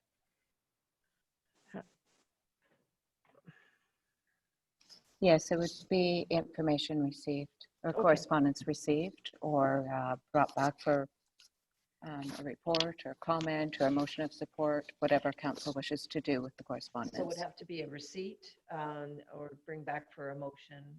That's correct at this stage? Sure. Okay. Since I'm not seeing anybody else wishing to comment on this, Councillor Hamilton, is there a motion you want to bring forward? Does it have anything to do with motion of support or just to receive the correspondence at hand? Motion to receive. Thank you. Okay, we have a mover, Councillor Hamilton, to receive the correspondence under 10.1.1. Is there a seconder? I do see Councillor Townsend for that. Is that correct, Councillor Townsend? Councillor Townsend, yes, it is. Thank you. All right, so with that, I'm just going to say all those in favor, connect with a check mark. Those opposed, connect with an X mark. Mayor Christine Robinson, I am in favor of the motion. Councillor Townsend? Councillor Townsend in favor. Councillor Hergert? I'm sorry, Councillor Hergert, your audio was not apparent. Councillor Hergert, yes. Thank you. Councillor Shea? Councillor Shea, yes. Deputy Mayor Hutchinson? Deputy Mayor Hutchinson, in favor. Councillor Hamilton? Councillor Hamilton, yes. Councillor Hutchinson? Councillor Hutchinson in favor. The motion does carry. We are now dealing with correspondence 10.1.2. County of Wellington requests to support the resolution adopted on September 24, 2020 regarding aggregate resource property and valuation. Councillor Hutchinson, you brought this one forward. Please proceed.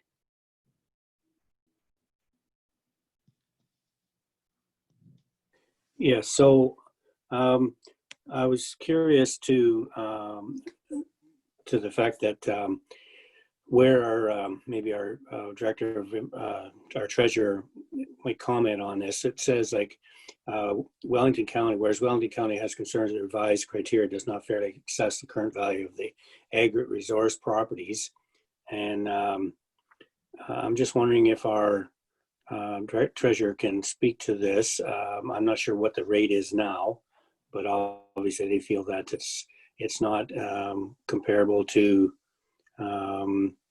what is it, the industrial rates. Okay. So, Director Mighton, are you able to comment?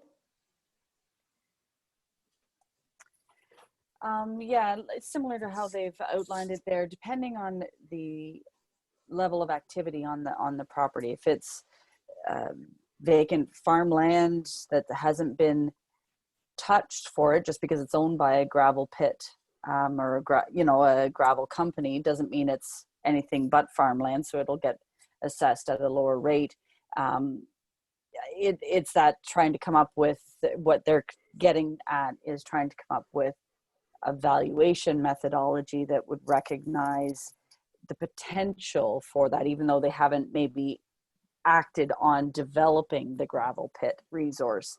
So that's where it gets a little, you know, it's not as clear, because if they're just holding vacant land, and if it's used as farmland, or if they have trees and managed forest, it will be in the lowest assessed class, and it will be in the lowest valuation type methodology.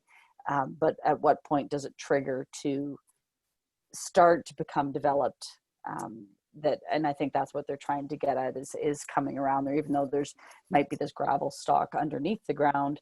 If the intention, how do you determine the intention of when it's going to be developed? So it's a complicated area that they are looking to provide more parameters around for perhaps another classification. Another thing that they mentioned was providing a separate new assessment category or class, a new assessment class for it. So that's what they're trying to get at here. So if I may just continue on that. So for gravel pits that are active versus non-active, they're all taxed at the same rate. Is that correct?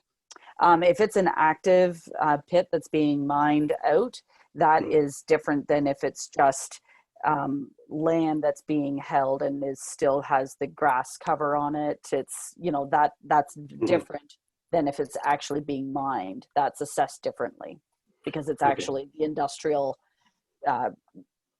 process of mining the gravel out of the site. Right. Okay. Yeah, it just sounded like the way they were, it sounded like they were suggesting that the active gravel pits, they should be reassessed. So that's the way I read it. Now, maybe that's not right, but it sounds like they're saying you should get more for a buck there. And depending on, maybe there's some, you know, they do have appeals down there. Maybe there is some that aren't accurately assessed. Maybe there is a discrepancy maybe in what pits are actually active versus their assessment in their particular cases as well. Maybe there is a discrepancy in the records down there. I'm not sure. Okay, so maybe we leave it for now, but I'm curious if our Director of Infrastructure has had any input, or whether there's something in the works in terms of you know, the ministry or anyone looking at making changes here. Could he comment on that? Absolutely. Director Sherwinski, please.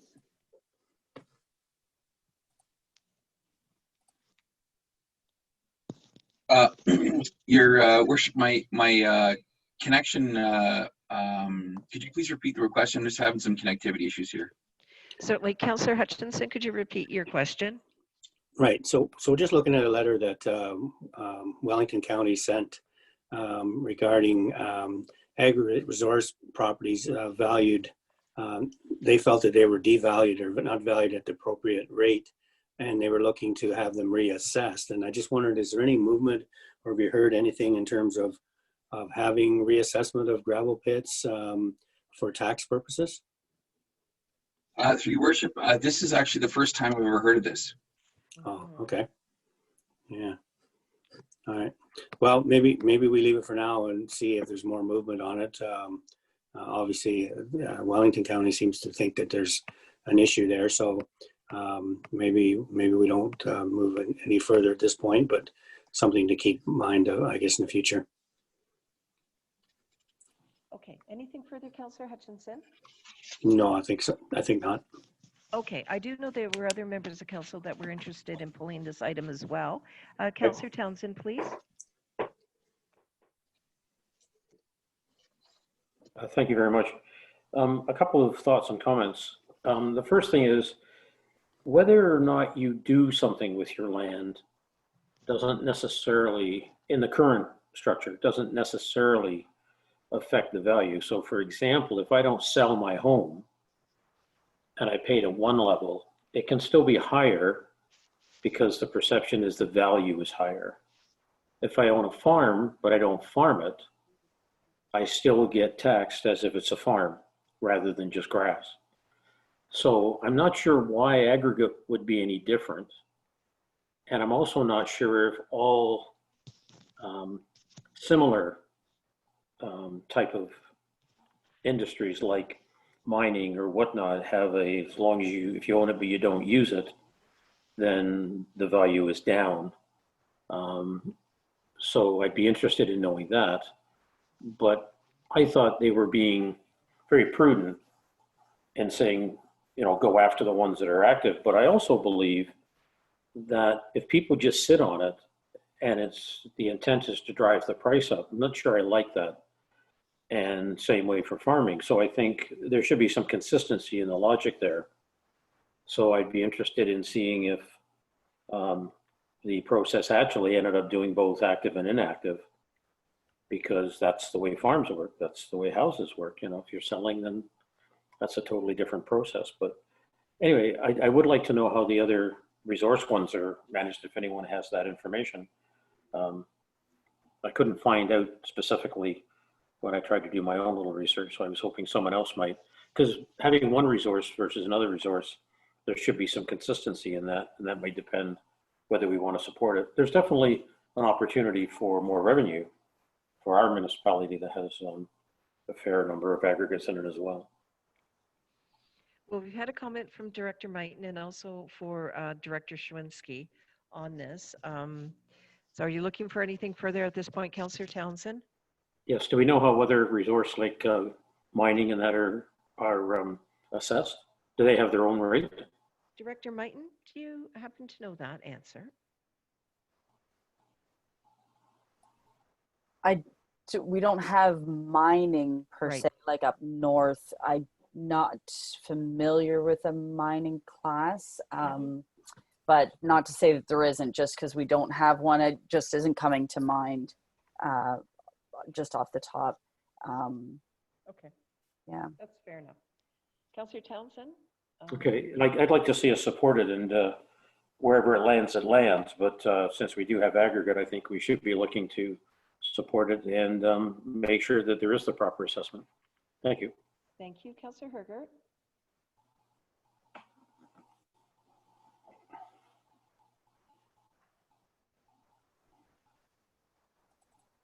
Thank you. I was just waiting to be unmuted there. I have a bit of concern about this. I would like to support the motion in that it brings it to the county level and they can reassess or put forward an opinion about Grey County and aggregate taxation rate. And I say that because we know that Toronto doesn't have a ton of gravel left, and we are sought out, and the gravel that we have is sought out from Toronto. So there are places that are very far away that are looking to see where that aggregate is available right now. But I have concerns about supporting it because we, West Grey, has brought forward to Grey County prior to COVID, the discussion about vacant commercial lands. And when we talk about being fair and equitable, I think that fair and equitable taxation spans every class of properties. And to that point, I feel that there's just a significant similarity with bringing forward a different class, being the vacant commercial, and having that already said, well, somebody's going to have to pay it and it's going to land on residential. But until we really take a review of every single class and how impact plays a role and the fair and equitable part of it, I don't think targeting one sector, aggregate, vacant commercial, I don't think it's going to matter. And, I want our resolutions that we support to matter. And so if this would not come before Grey County Council for a discussion and, a staff report, then really what is the point of bringing it forward as a supportive resolution? We've tried before when it was a different sector to make a fair and equitable discussion about mill rates, taxation rates at the county. And I just haven't seen that, I haven't seen the support at the county level to target one sector. So while I would like to support it, especially in advance of other municipalities looking to West Grey for aggregate, and I don't obviously I don't want to miss out on tax, But unless we target every sector and try and make it fair and equitable, then I don't really believe that singling out one sector for a review is worth it. Thank you. Thank you. So I'm wondering, members of council, this could be put on to the next agenda with regard to a motion for support. If that's something you'd like to do, then just, I guess what I would be looking for is just a notation that we'd be looking to put this item on our next agenda for a motion of support. So I'm not looking for a motion to that effect, just with regard to consensus, if you will. And it looks like that's what's going to happen. So thank you very much. Okay, so now we're dealing with 10.1.3, Township of Glengarry resolution regarding allowance of capital expenditure under the Safe Start Agreement. I think this was Councillor Hutchinson that you brought this forward. Remind me, Councillor Hutchinson, is this your matter that you separated out?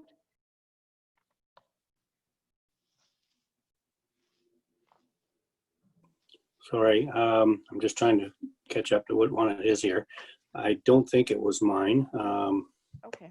What is it? Glengarry. Glengarry. If it wasn't you, I'm just going to go to Councillor Townsend then, if you don't mind. Councillor Townsend, on 10.1.3, Township of Glengarry resolution regarding allowance of capital expenditures under the Safe Start Agreement. Yes, that was the one that I pulled. How do you wish to deal with this one? I'd like to have a discussion on it first. Okay. The concern I have is that council is not intimately involved in everything that is going on through the emergency control group. So number one, I didn't foresee any capital requirements as a result of COVID, but that doesn't mean that there hasn't been some issues that the control group has either identified or experienced. So I wanted to find out, first of all, are there any capital issues from COVID that the control group is either aware of or identified that need to be addressed as a result of funding from the restart funds? Thank you for the question. I'll go first to Madam CAO and then Director Mighton. Madam CAO, please.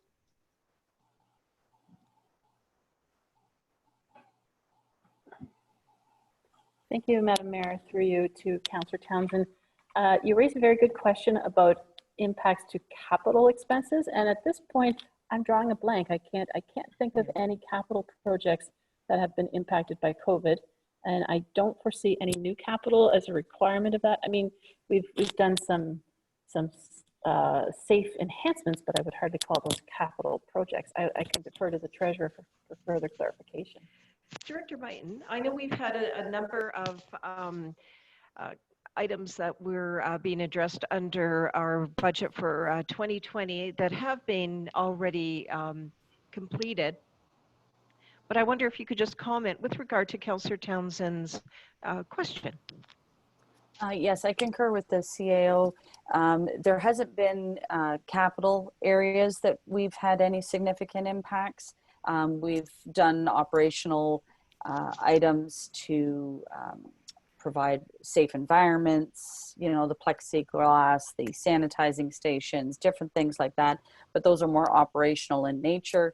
We haven't had any significant capital pressures on that front. And that was the intention when the province released the Safe Restart Agreement funds under phase 1, was that it was to help offset some of those operational pressures that we were all facing.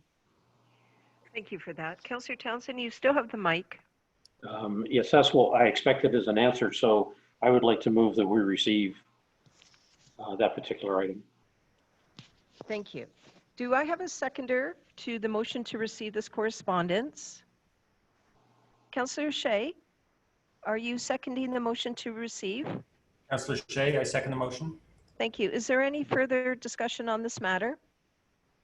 All right. All those in favor indicate with a check mark. Those opposed indicate with an X mark. All right. Mayor Christine Robinson, I am in favor of this motion. Councillor Townsend? Councillor Townsend in favor. Councillor Hergert?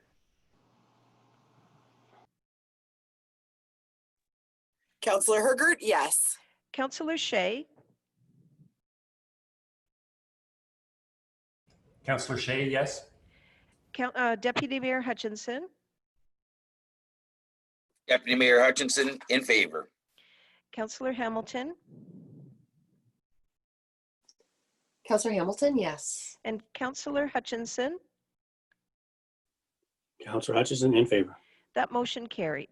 If you could clear your dashboard, please. Now we're dealing with correspondence 10.1.5, Ontario Barn Preservation regarding barns as a cultural heritage resource. Who would like to begin this? I know out of the discussion that was held just before we took the vote on receiving all the correspondence, that perhaps there was some merit in getting the staff report back, because we perhaps would like some information from the ag sector and also from our planner and how that's going to relate to our official plan and certainly our current official plan that's under review. So I leave that for food for thought right now, and I go directly to Councillor Hamilton.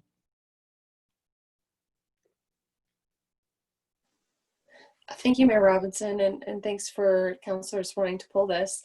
I have had a phone call with John, so the two authors of the letter. I've spoken with both of them, John Radachkovich, I can never say his name, I apologize, who lives just outside of West Grey. And then I also had a phone call with Krista just to discuss the letter in more detail. And from that conversation, Krista has offered to make a delegation to council. And so she has the information on how to proceed with a delegation, and she's made delegations to other councils before. So I think that would be a great opportunity to hear from the organization.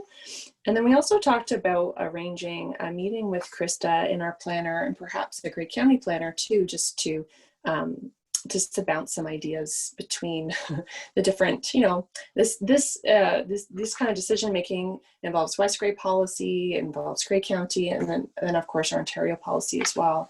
So I was hoping to facilitate a meeting with Krista and our planner and Grey County planner, but I certainly look forward to any opportunity to gather the information we need to advance this conversation. Thank you, Mayor Robinson. Well, thank you. I think that's a great idea. Let's have them out as a delegation. Councillor Hutchinson, please.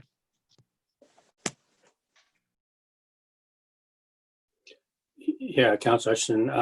Yeah, I agree. I'd be in favor of that. I think it's worthwhile investigating, and since these people are behind it, I'm sure they have some information on how it fits into our Planning Act and so on. So yeah, that might be a good way to do it, and have our planning staff available to listen in, and maybe we'll all learn something. Thanks. Thank you. So is there anybody else that wishes to comment on this? So I think it's a great idea. We'll invite them out as a delegation. Seeing none? Okay, we'll just take that as a staff direction, and I thank you very much.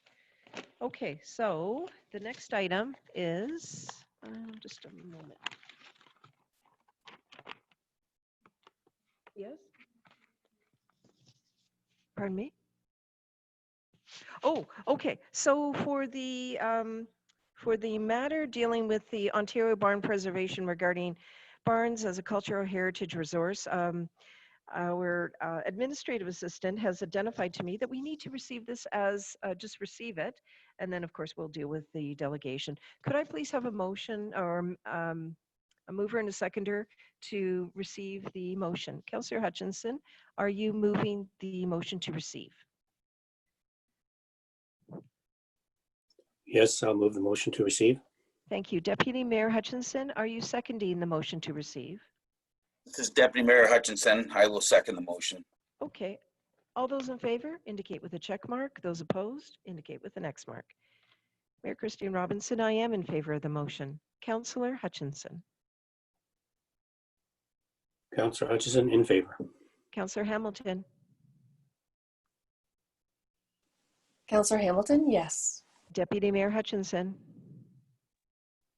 Deputy Mayor Hutchinson, in favor. Councillor Shay. Councillor Shay, yes.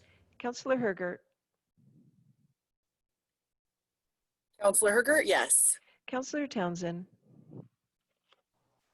Councillor Townsend in favor. The motion is carried. Item 11, future committee meetings.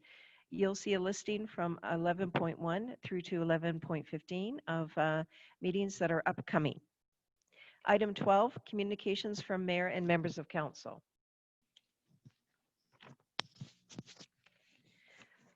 So I would like to identify that West Grey held a Halloween drive-through. It was a success.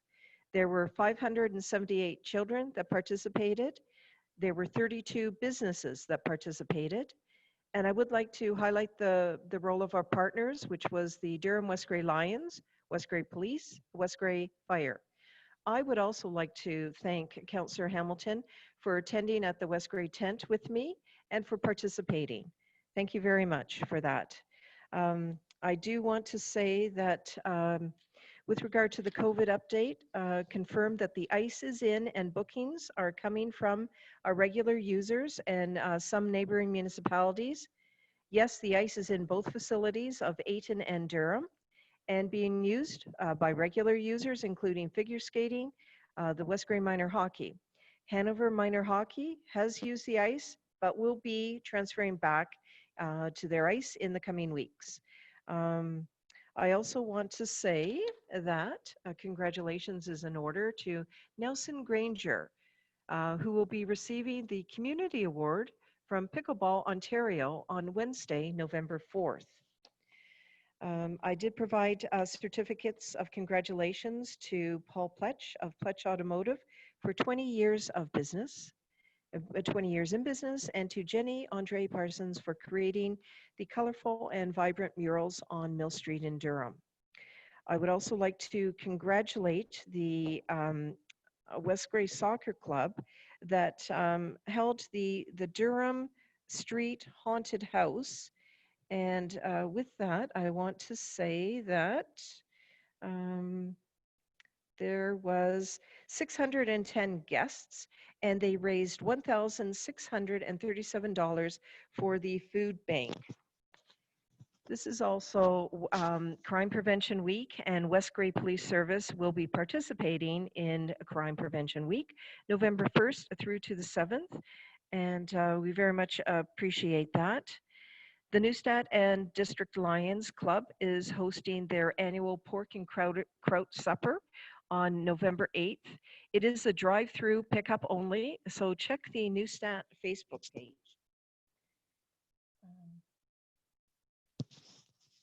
I also want to identify that Grey County Council has approved hiring a consulting firm to assess the affordable housing needs and build options for the Rockwood Terrace site, which could include other living accommodations, including campus of care, nonprofit housing, and rental housing.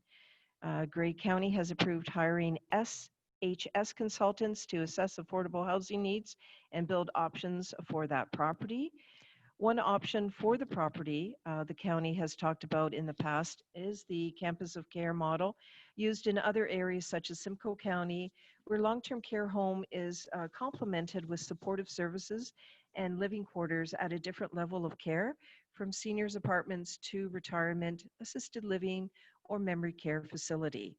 Other possibilities are nonprofit housing and a combination of other models. And I could tell you that we have a consultant that will assess the property in terms of what type of housing would be suitable and eventually come up with a plan that Grey County Council can consider for these lands. And I think that it is just an exciting time for Grey County residents and certainly the residents of West Grey. Okay, there's just a note here. Before I go to the deputy mayor, in terms of communications from mayor and members of council, Councillor Townsend, please. Yes, thank you. In agenda item 10, I do not believe we dealt with 10.1.4. So we might need to come back to that.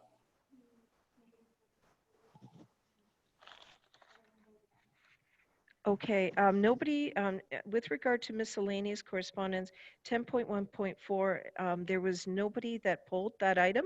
I look on my notes, and I've also confirmed with Administrative Assistant Lindsay Glazier. So nobody pulled that item. I thought the first receive was just for 10.1.1, but I will stand corrected if that's not true. No, that those were dispensed with accordingly, Councillor. Okay, so it was 10.1.1 and 10.1.4 that we received? Just 10.1.4 that was initially received, and then we dealt with the other items accordingly. Okay, thank you. You're quite welcome. I appreciate that if you have a clarity question, that it get responded to. Okay, so now we're back on track on item 12. No, we're going to go with Deputy Mayor.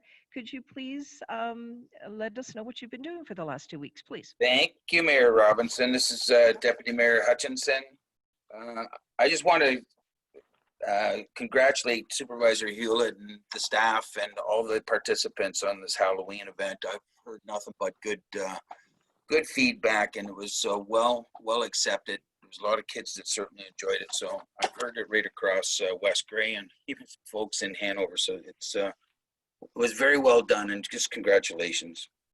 I don't have a lot to report because I've got a lot of committee meetings just coming up. It's going to be a very busy month. We've got budget meetings for SVCA, for the airport, county council. So it's going to be a budget month, that's for sure. The Elmwood Joint Fire, we did the credit certification. The certificates are going to be sent out to the municipalities, participating municipalities, and those will be posted. They should be posted on our website. And it's worth residents and business owners to reach out to their insurance providers and see if there's any savings on any of their on their premiums, because it's hard to say. If you don't ask, you won't get it. How's that sound? I guess the only other thing we got there, we had to move the annual awards banquet to 2021 for this year. And we've done our budget there, and the firefighters have resumed some training. And other than that, like I said, it's going to be a very busy month with budgets. Thank you. Thank you. Councillor Shea, please.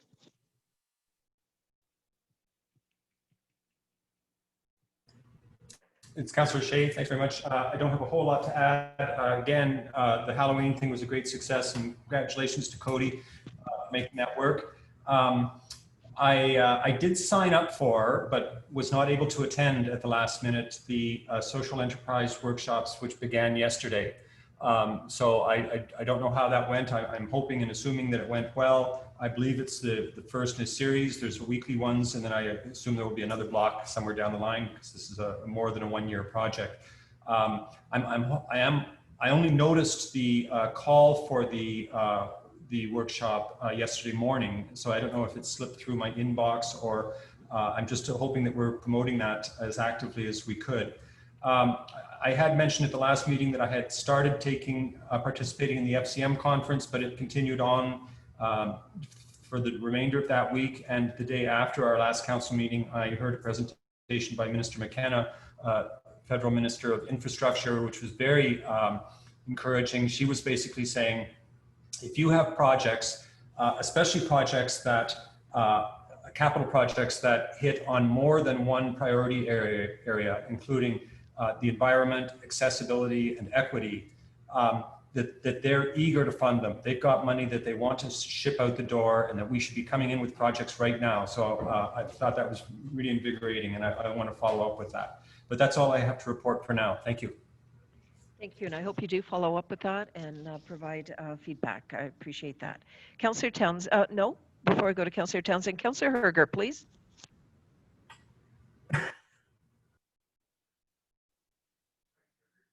Councillor Herger, please. Yes, thank you.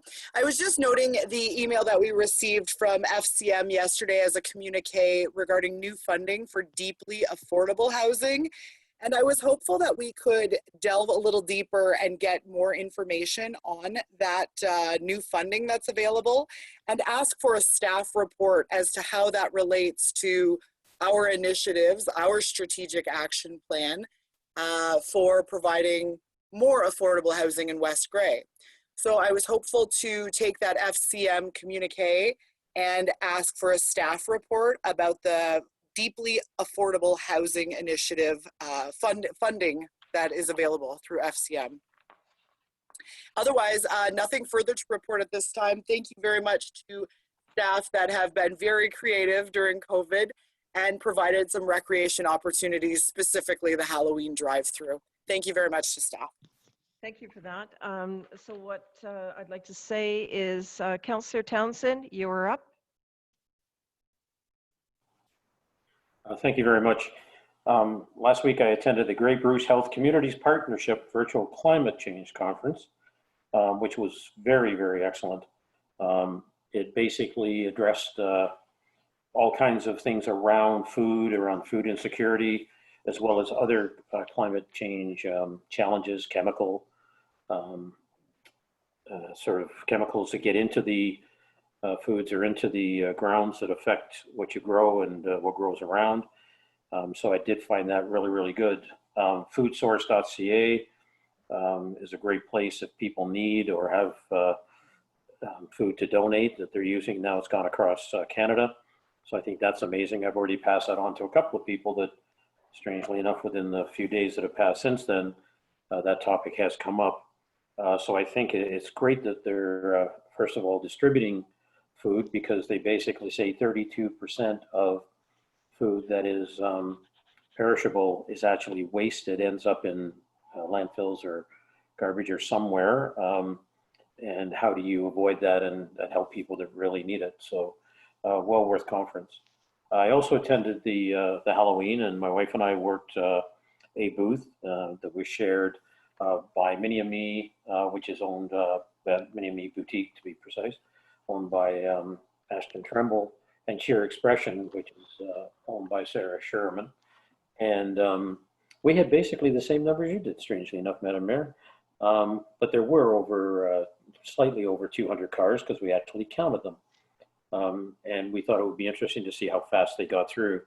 And a huge shout out to the businesses, and a grand thank you to Cody Hewlett and Lindsay Glazer, who I know both spent a lot of time on that, and as well as staff and others that contributed. I think it was a huge success. Mainly positive feedback, which is great.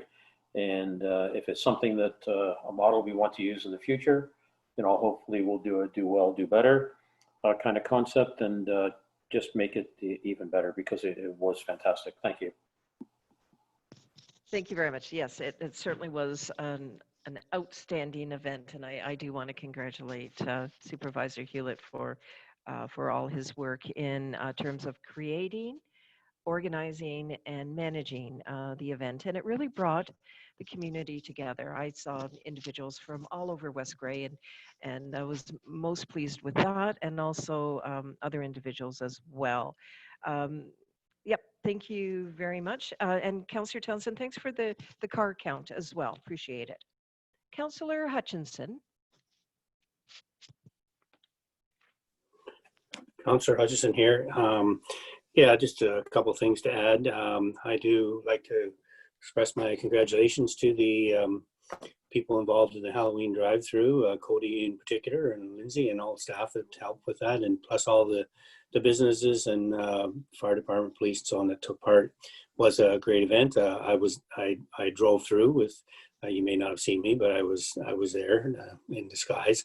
I also like to congratulate the soccer club. We did that one too, the haunted house, and all their funds went to the food bank, I believe, and that was a very worthwhile. And it's amazing the effort that went into that event. When you think of the people that lived in that house and then what they had to live with for a week, that was amazing. So, congratulations to Christine and all the people who helped out there, and the club.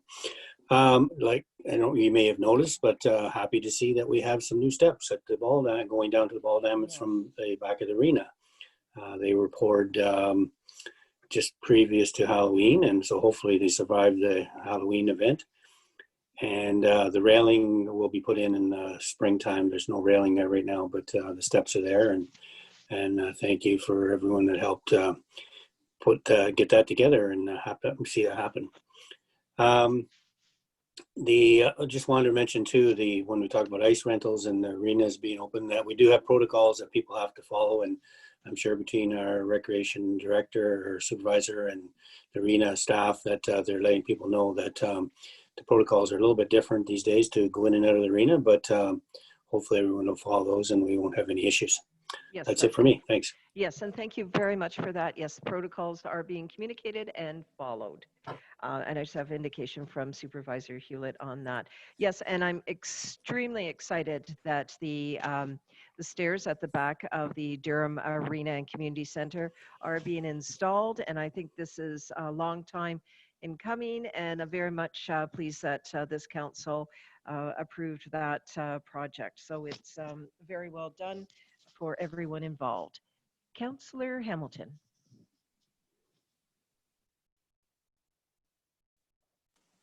Thank you, Mayor Robinson. And I can't help but say thank you for the Halloween drive-through as well. I gotta say, I think we really needed that as a community, to have that space to come together. COVID's been really challenging, and we needed that warm, fuzzy moment to come together. So thank you to staff for doing such a wonderful job and making that happen. A first for West Grey.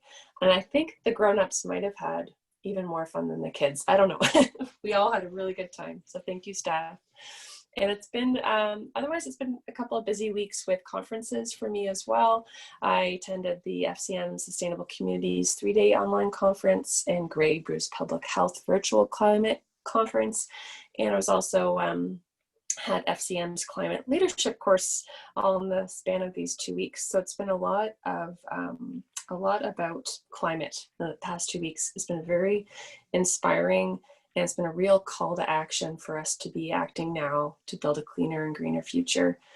And just affirming of what a big role we play as municipalities. We control 50% of GHGs. And so we have tremendous opportunity and a tremendous obligation as local leadership to work to reduce our greenhouse gases. And just also a great reminder that the tools are here. We don't need to keep searching. We have tools available to us. We don't need to wait. We can take action right now and take action today. And as Councillor Shea mentioned, there is money and support out there. So whether it's through Infrastructure Canada or whether it's through the Green Municipal Fund, and I was looking forward to the delegation today, so I hope we can rebook that delegation very soon regarding the Green Municipal Fund. There's lots of funding out there. I need to go for it. And so I think I'd like to leave us with words that Minister McKenna left us with, which was every morning when she wakes up, she asks herself, what am I doing for the planet today? Thank you, Mayor Robinson. Thank you very much, Councillor Hamilton. All right, it's absolutely evident that council members are very active and very passionate towards West Grey and the environment. Okay, item 13, delegations/presentations. All three of our delegations are not able to attend at this time in our agenda. They will be actively rebooked and placed on the most appropriate agenda for council's consideration, but also for the public that are listening in, whether it's online right now or at the recording stage. So item 14, business arising from the previous meeting. Madam CAO, are you aware of any? I am not aware of any at this point. Madam Mayor, that's correct. I'm not aware of any business arising. Okay, thank you very much. So on item 15.1, Chief Building Official, 15.1.1, Q3, building activity. Madam CAO, could you please read the recommendation? Yes, through you, Madam Mayor. The recommendation as printed with the agenda is that CBO report 2020 Q3 building department activity be received for information. And oh, sorry, Madam Mayor. Please go ahead. I was just going to say, if I may, our CBO is out doing inspections, but I believe he's going to be calling in about 5 minutes. So we can carry on. Thank you. Okay, so so for 5 minutes, so although you read the motion, what I'd like to do is Well, we could get a mover and a seconder on it at this stage. The only thing is if he's not calling in for 5 minutes, I don't want to leave that motion hanging.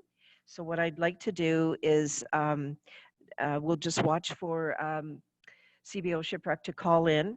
So with the indulgence of the council, I'm not going to ask for a mover and seconder on this. I will have Madam CAO reread the recommendation at the appropriate time, and then we'll have the information from CBO Shipwreck and any questions. Okay, I'm not seeing any concern from our council members. So I am going to go on to item 15.2, Director of Finance and Treasurer, 15.2.1, approval of accounts voucher number 19-2020. Madam CAO, could you read that recommendation? Yes, thank you, Madam Mayor. The recommendation that's printed with the agenda, that council approve voucher number 19-2020 in the amount of $382,000, sorry, $382,525.40. Thank you. Director Mighton, do you have any comments or statements that you wish to make with regard to the vouchers before us?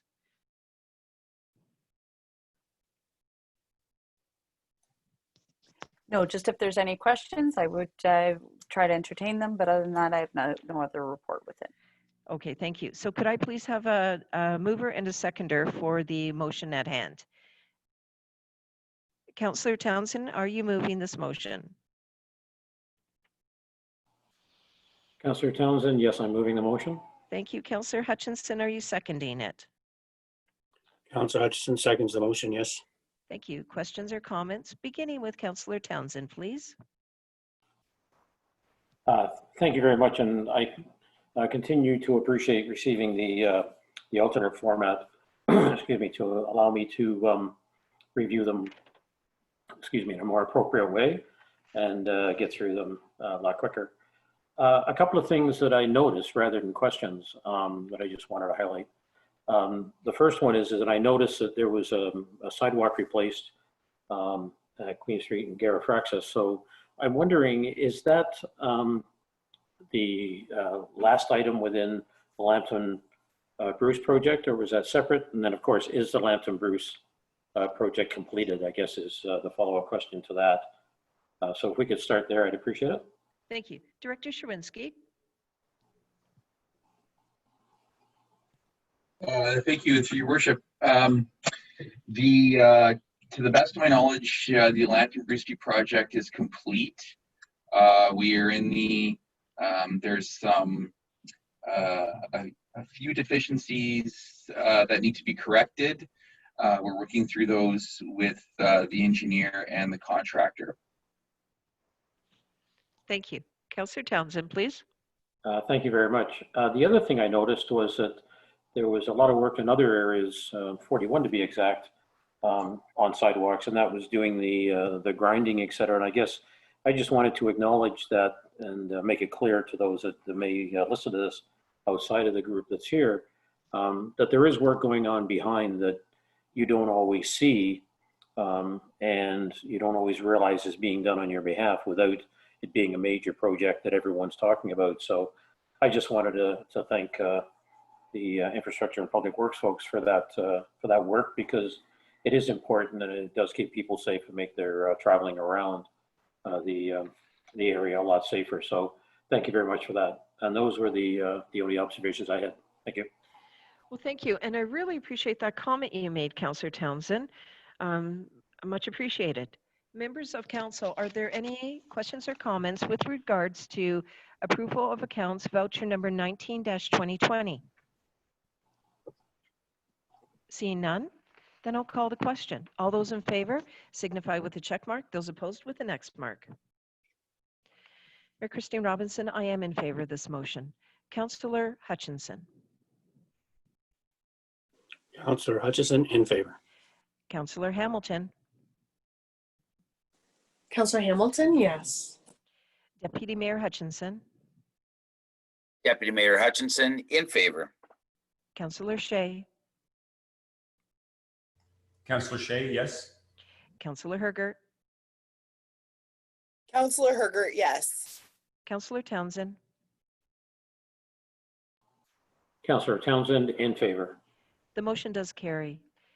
Madam CAO, do we have an ETA on CBO shipwreck, or shall I continue on with the next item, which is also the Director Meitens? Continue on? Okay. Members of council, if you could please clear your dashboard and I will do the same. Thank you. Okay, so now we're going to continue on with 15.2.2, long-term borrowing for police station lands. Madam CAO, could you please read the recommendation?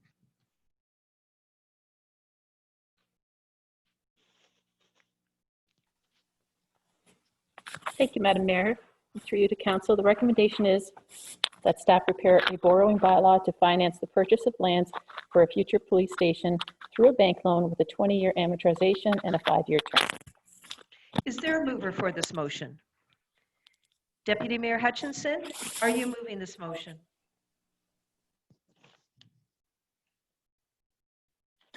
This is Deputy Mayor Hutchinson. I will move the motion. Is there a seconder for this motion?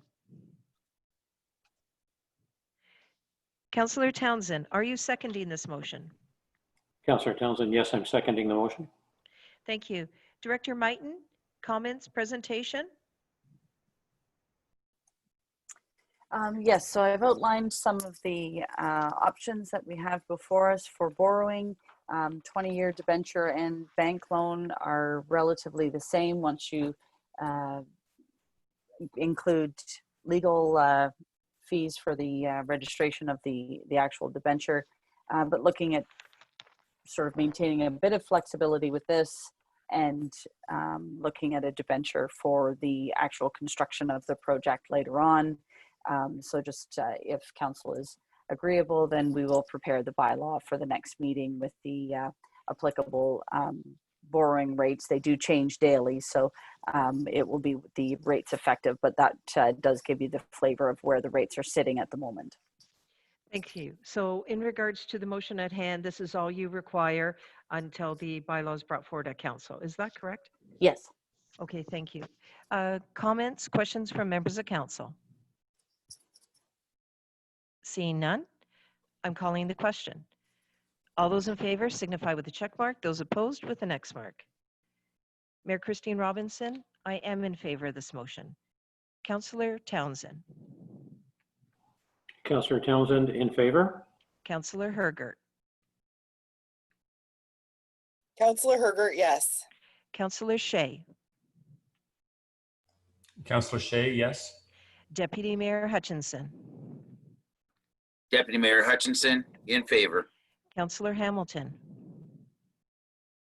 Councillor Hamilton, yes. Councillor Hutchinson. Councillor Hutchinson, in favor. Motion carried. We are now going to deal with, thank you. If you could clear your dashboards. Madam CAO, please.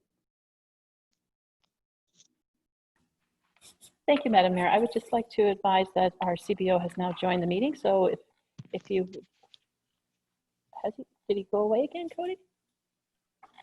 He was here. He was, perhaps he's calling in, so I don't know if the call got dropped. Oh, that's unfortunate.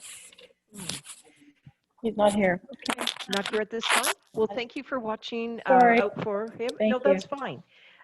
So we will just press on if we can, and that is press on the agenda to 15.3, Coordinator, Office of the CAO, 15.3.1, Multi-Year Accessibility Plan. Madam CAO, will you be presenting, or will this be the Coordinator of the CAO's office, Jonathan Zettel?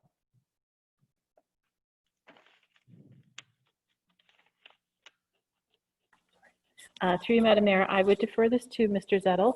I can read the recommendation at this point if you'd like. Oh, yes, please. Okay, thank you. So the recommendation is that that report multi-year accessibility plan be received, and further that a bylaw to adopt the multi-year accessibility plan 2020 to 2024 be brought forward to the next council meeting. Thank you, Madam Thank CAO. you. Is there a mover for this motion? Councillor Shea, are you moving this motion? Councillor Shea, I move that motion. Deputy Mayor Hutchinson, are you seconding this motion? Deputy Mayor Hutchinson, I will second the motion. Thank you. Coordinator Zettel, are you there to provide information to us? Oh, now before I do that, I just looked up on the dashboard. Councillor Hergert, do you have a comment before we go on to the presentation? No, I could wait for the presentation. Thank you. Oh, you're quite welcome. Then we'll go to Coordinator Zettel, please.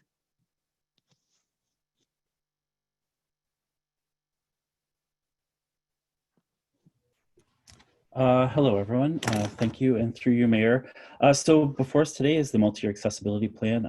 We are required as a municipality to have a plan and update it at least once every 5 years. The plan is based on guidance from the province and has been at our local accessibility advisory committee twice now, where we've received some very valuable feedback. It is broken down into 5 different categories. We have customer service, communication, employment, transportation, and the design of public building and spaces. It provides a broad vision and clear commitment. I think in general, this plan helps us identify barriers and promotes accessibility. Thanks. Thank you very much, Coordinator Zettel. To begin with, Councillor Hergert, please. Yes, thank you. Thank you, Mr. Zettel, for this accessibility plan. I guess my overarching comment to this would be our tone. I think that we definitely had the right people at the table. We had members of the Accessibility Committee, and I do appreciate their recommendations prior in this same meeting that got brought forward. I think the tone of this needs to change, though. We frequently talk about disability, and I would like our tone to be more of differing abilities. Because although, someone could be walking, it doesn't mean that their knee isn't just replaced. There are lots of reasons why an individual could have a differing ability than others. And I think instead of saying, starting at the top, saying everybody should have all the abilities and these people are disabled, that we should be speaking more from just a place on the sidewalk that says we all have differing abilities. And so just to the tone of it, if that could be amended a bit, I would be very happy to support this. But I think you're right. We have legislation that guides us. We have an advisory committee that is making recommendations to us, along with Grey County Accessibility. And to that point, I'm curious about the overlap of mandate, and if we would still have somebody, I believe it's Councillor Shea, that would sit on the Grey County Accessibility, or if now that we have our own Accessibility Advisory Committee, if that would be just at our local level. So just a question there, and then overall the tone of abilities. So we do, with respect to Grey County, there's one county member of council that serves on it, and then there's an application process for citizens for that particular meeting, for that particular committee. Councillor Shea was the member of council that suggested that we have a local accessibility committee, and he is also our council representative, and as demonstrated, by the way, earlier on in this agenda. We clearly, in our discussion, determined early on that there wasn't an overlap, but a complement, if you will. So that just answers the one part of your question. I'm going to go to Madam CAO, Councillor Hergert, with regard to the overall tone comment and question that you had. Madam C, you're quite welcome. And Madam CAO, please. Madam Mayor, and thank you, Councillor, for your observation. I am aware that the Accessibility Advisory Committee spent a great amount of time working on this, and the language is reflective of some of those meetings. I would recommend that perhaps Mr. Zettel could comment on that. And regarding the County Accessibility Committee, we do have Mr. Zettel attending. He participates in those meetings as well, so he is tapped in at both orders of the goodness, it's getting late, of the committee meetings. Yes, yes. So perhaps we could defer to Mr. Zettel for clarification on how the language came to be. Yes, please. Coordinator Zettel, could you comment? Yes, thank you, and through you, Mayor. So I guess on most of the language was, it's I tried to stick to language that is out there in other plans. Basically, it has, as our CAO pointed out, it has been through our local accessibility committee, and so there was a couple times when not so much the language, but there was a couple things that were dealt with through that committee where it was thought where it could be more sensitive. So that was really valued on my end. As far as the county Joint Accessibility Committee goes, they meet in February is the next time they meet. I think they only meet quarterly. It is kind of usual that municipalities, when they do up their accessibility plan, they will bring it to the county at some point. It's my experience that it's not always before and that it can often be afterwards. So I hope that answers your questions. It does. Yeah, I guess the part that I'm reading is page 126 in our entire agenda.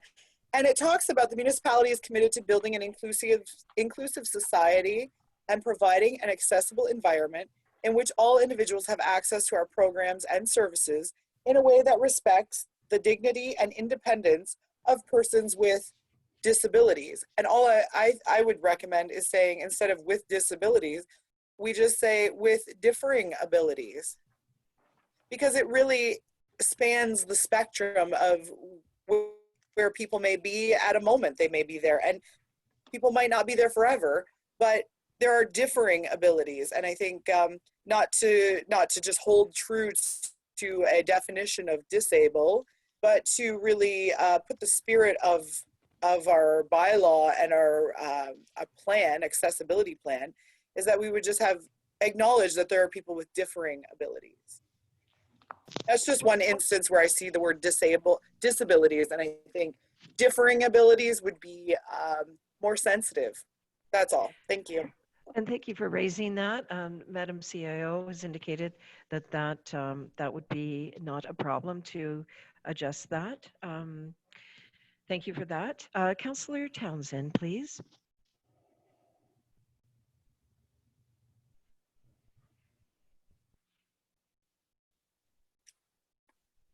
Oh, I'm just wondering, is Madam CIO, does somebody need to unmute Councillor Townsend? Thank you very much. First of all, let me congratulate Coordinator Zettel on a great report. They covered so many different aspects and areas that I was quite impressed with it, actually. The only comment I would have is I guess it's on page 15 of the report, and under our commitment, and it talks specifically about taxi cabs. Do we use any other type of personal transportation where there's a fee in the area? I'm not sure if there's anyone that does like an Uber or anything else like that, or I was just wondering, do we need to be that specific, or say, sort of more private transportation providers, such as, just in case there's others, but it's a minor point. I just thought I'd mention it. Yes. Well, could I get clarification first from Councillor, could I get the clarification from Coordinator Zettel on that point before Yes, you can continue ask on? Yep. Okay. Coordinator Zettel, could you comment on that? Yeah, thank you, and through you, Mayor. It's my understanding that we only really have oversight over taxis. If you'll notice, transportation really is a bit of a challenging prong of this particular plan. Because so much of it is outside of the scope of what the municipality does. I mean, I think we can play, as you've already seen in this meeting today, we can play a very strong role in advocating for accessible transit, which is very positive. But the kind of guidelines around taxi cabs, that's actually something that we do currently look after. And a lot of the language from this section was drawn from the plan that we've had previously. So it's not really anything new.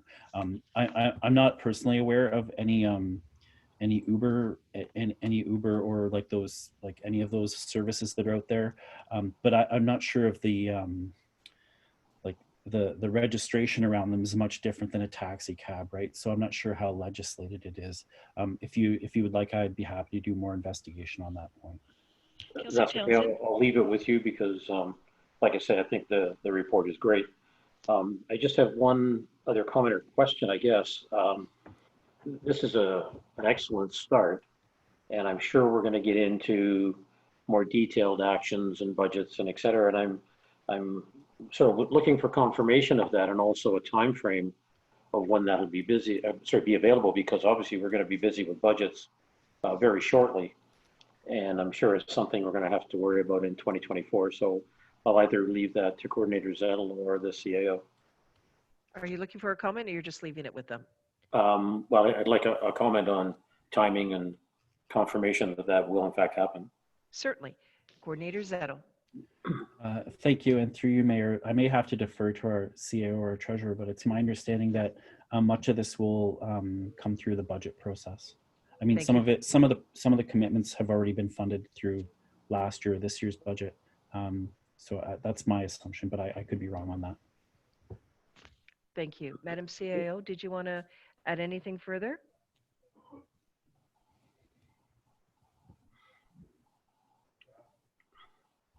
Thank you, Madam Mayor. And yes, thank you, Mr. Zettel, for your comment.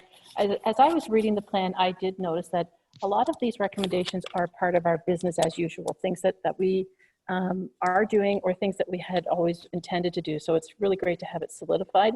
Anything that does have a cost implication, I would expect that the committee at one of their upcoming meetings may put forward recommendations that staff could bring to council that might make it into our budget. That would be a wonderful project for them. And in fact, as I listen to the comments and feedback from council, I note that the committee is actually meeting tomorrow night. So perhaps some of these comments could be taken to the committee for their consideration as well, because I mean, this is a good collaborative process. We've got a timely meeting with the committee just tomorrow. So. Wonderful. Councillor Townsend, was there anything further? No, that's fine. Thank you very much. Just thank you again for the report. Yeah, I think the report is really well done. Councillor Hamilton and then Councillor Shea.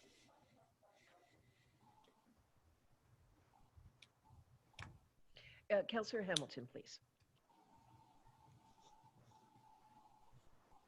Thank you, Mayor Robinson, and thank you, Coordinator Zettel, for this report.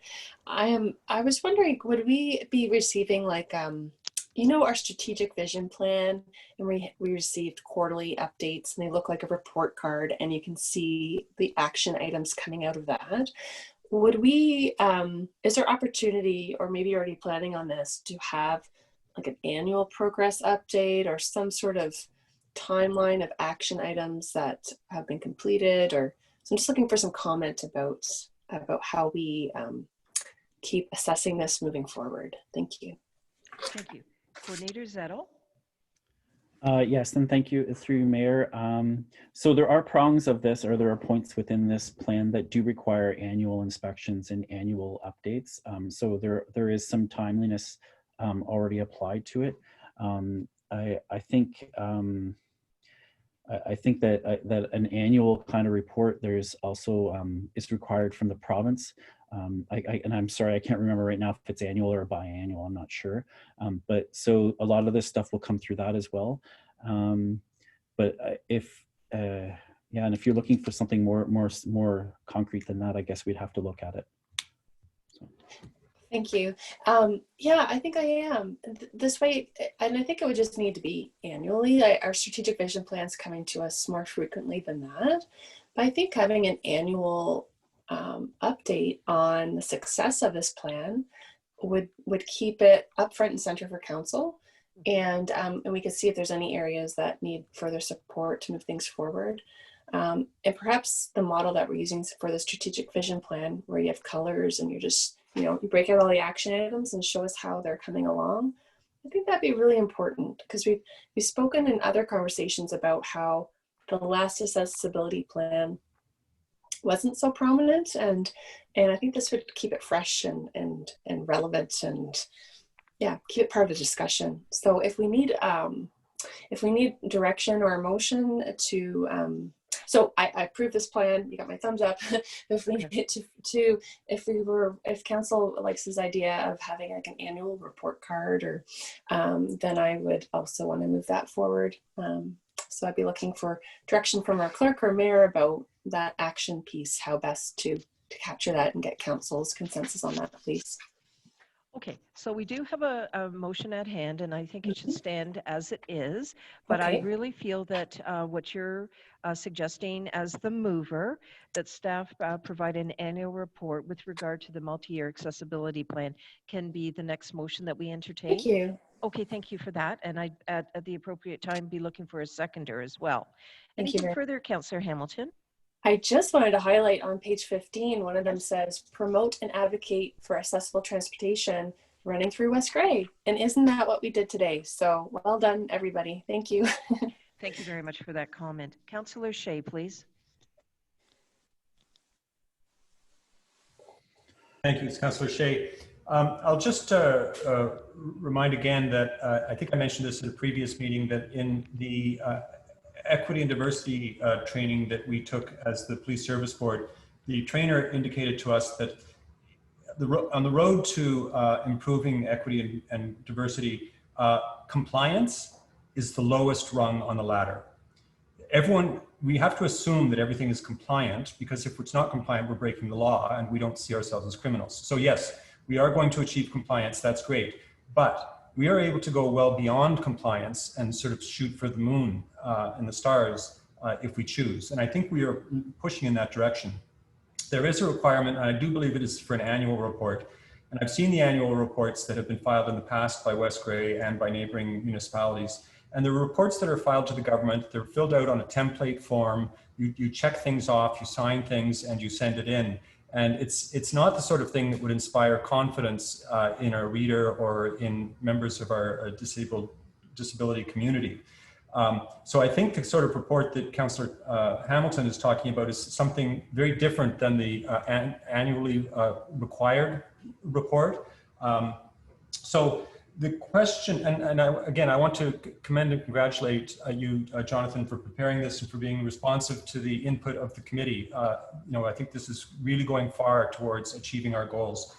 But the question I'm left with is, who within the staff complement is going to be responsible for this? And I know there's going to be one answer, is that it's everyone's responsibility. But one of the questions that we brought forward when we were having the discussion with Jonathan was, how do we proactively encourage people with disabilities to ask for assistance? And we brought up the example of, what does a teenager with a developmental disability, who does a teenager with a developmental disability reach out to discuss participating in a summer camp program? And how does that person know who they are to reach out to? So that's the sort of thing that I think if we could highlight that our efforts towards achieving more inclusivity of people with differing needs is an ongoing concern of all of us, then we could have a note on our summer activity registration forms. We could have a note in our newsletters that go out with the tax bill. We could have a note on the website that says, hey, do you have different needs? Do you have extraordinary or exceptional requirements? Feel free to email this person. They'll work it out for you. I think we just need to drive the message forward constantly in as many forms as possible, that we are open to trying to break down these barriers. An annual report is not a bad idea, but I think it would need to be something other than the required compliance report. I think it would be a report that's designed to go out to the community and to tell a story, kind of like we talked about with the library, to tell the story of how disability is being diminished and overcome within West Grey. So again, the question I'm going to just leave with staff for now is, who is responsible for ensuring that accessibility is not a barrier to the citizens and users of West Grey facilities? Thank you. Thank you. And I very much like the intent that you're describing, both you and Councillor Hamilton, in terms of it tells a story, or it's an informative report. And that's very important. I'm going to go first to Coordinator Zettel to answer the overarching question that you asked, Councillor Shea, is who is responsible from a staff perspective with regard to this multi-year accessibility plan and report.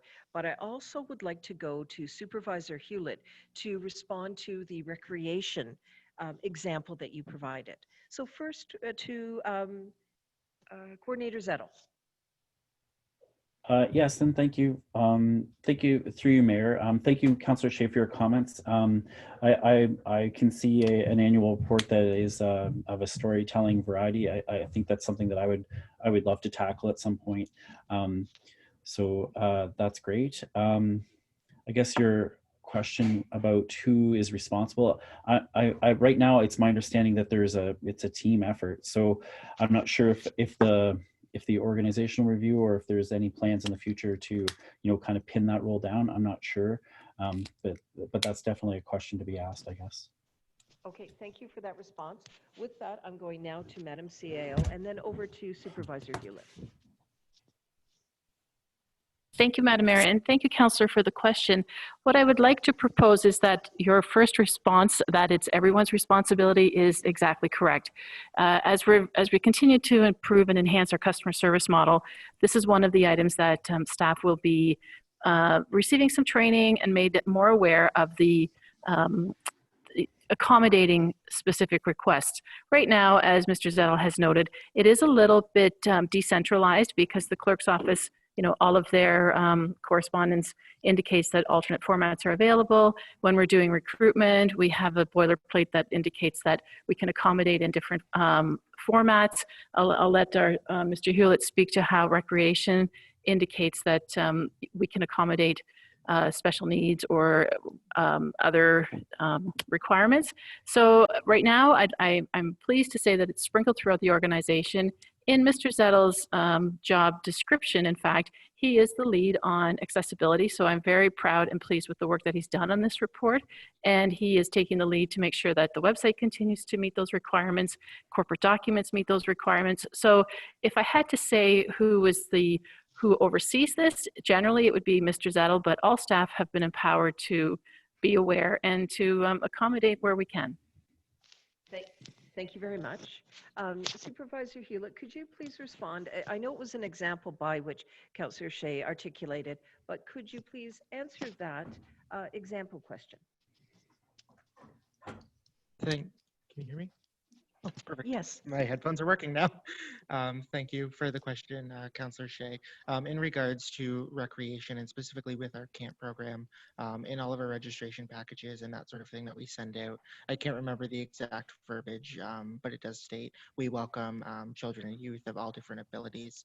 And if we do have individuals attending our programs with different abilities, we ask them to just contact me and give me the heads up so I can work with the parents parents or guardians to best figure out how to support the children and make them have a successful recreation experience with us. And moving forward into this year, I hope to even further support individuals in our programs.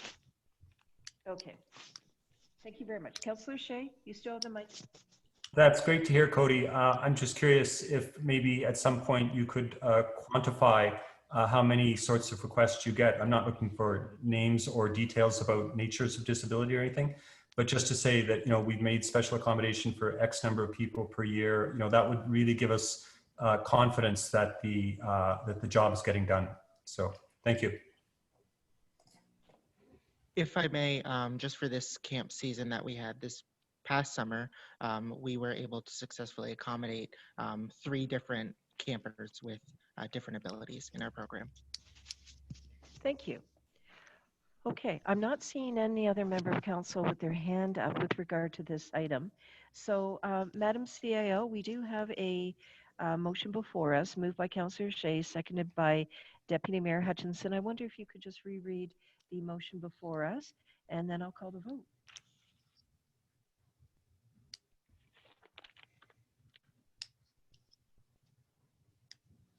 Yes, thank you, Madam Mayor. The motion that's on the floor is that report multi-year accessibility plan be received, and further that a bylaw to adopt the multi-year accessibility plan 2020 to 2024 be brought forward to the next council meeting. Thank you. All those in favor indicate with a check mark. Those opposed indicate with an X mark. Mayor Christine Robinson, I am in favor of this motion. Councillor Hutchinson. Councillor Hutchinson, in favor. Councillor Hamilton, Councillor Hamilton, yes. Deputy Mayor Hutchinson. Deputy Mayor Hutchinson, in favor. Councillor Shea, Councillor Shea, yes. Councillor Hergert,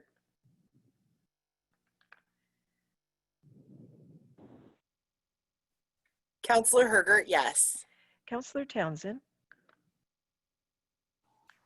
Councillor Townsend in favor. motion carried. Now, we also had Councillor Hamilton, who was going to move a motion as something to the effect, if I could just paraphrase, that staff provide an annual report with regard to the multi-year accessibility plan, and noting all of the requests for what that report could entail, including telling a story. So we do have Councillor Hamilton as the mover. Councillor Shea, would you be the seconder? Councillor Shea, I second the motion. Thank you for that. Now, is there any other comments or questions with regard to this? I'm not seeing any hands. I am now seeing a hand. Councillor Hergert. Yes, so I am curious what the content of the annual review would be. And to that point, I think just as our supervisor Hewlett has provided, are the metrics. And so I'm even maybe going further to say, what are our targets and how will we know when we get there? Oh, so targets and milestones. Yeah. Okay. Okay. So noted, along with all the other fine requests for building that report. Okay. Is there any other question or comment with a hand up? Councillor Shea then. And just wondering when this might be due. So I'm thinking that if I'm just going to say, if we have the adopt the multi-year accessibility plan through a bylaw at a next council meeting, then it would be a year from that. And that's what I'm getting an indication from Madam CAO, that would be the year mark. Okay, Councillor Shea? Great, thank you. You're quite welcome. All right, well then I will call the question on this motion. Is there any clarity from staff with regard to the wordsmithing? I'm just double checking here. Everybody okay? Thank you. All right then, members of council, all those in favor, please indicate with an X mark. Those not in favor, please indicate with a X mark. All right. Mayor Christine Robinson, I am in favor of this motion. Councillor Townsend. Councillor Townsend in favor. Councillor Hergert. Councillor Hergert, yes. Councillor Shea. Councillor Shea, yes. Deputy Mayor Hutchinson. Deputy Mayor Hutchinson, in favor. Councillor Hamilton. Councillor Hamilton, yes. Councillor Hutchinson. Councillor Hutchinson in favor. That motion does carry. If you could clear your dashboard, it would be most appreciated. I'm going back to you, Madam CAO. Do we have an ETA on CBO shipwreck?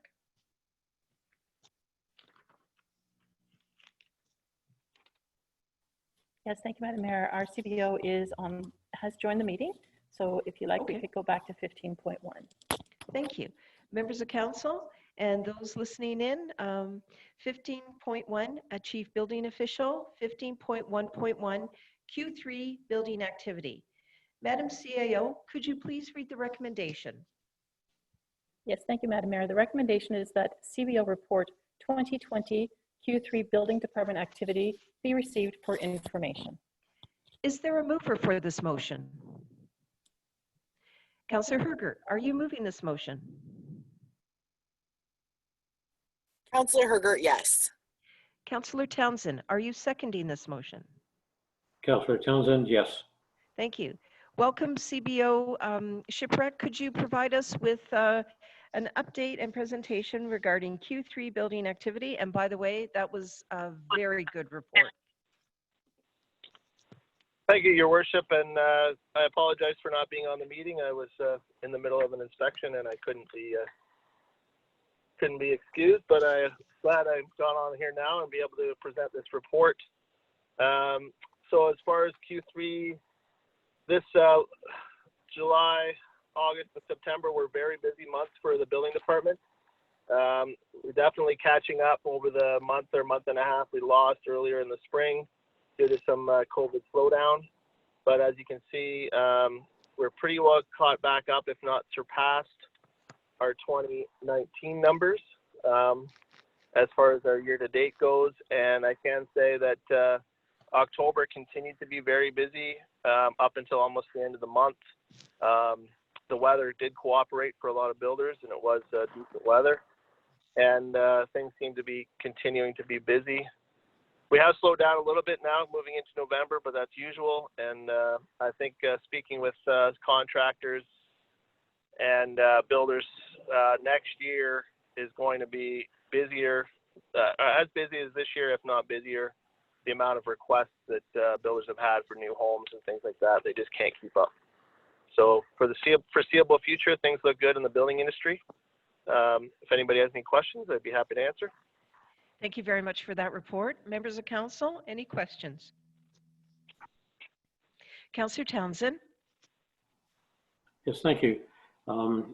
Yes, CBO Shiprock. I'm just wondering, could you sort of relate the figures and all of the income as it relates to the budget? Are we okay from a budget perspective, or is there a lag or a surplus?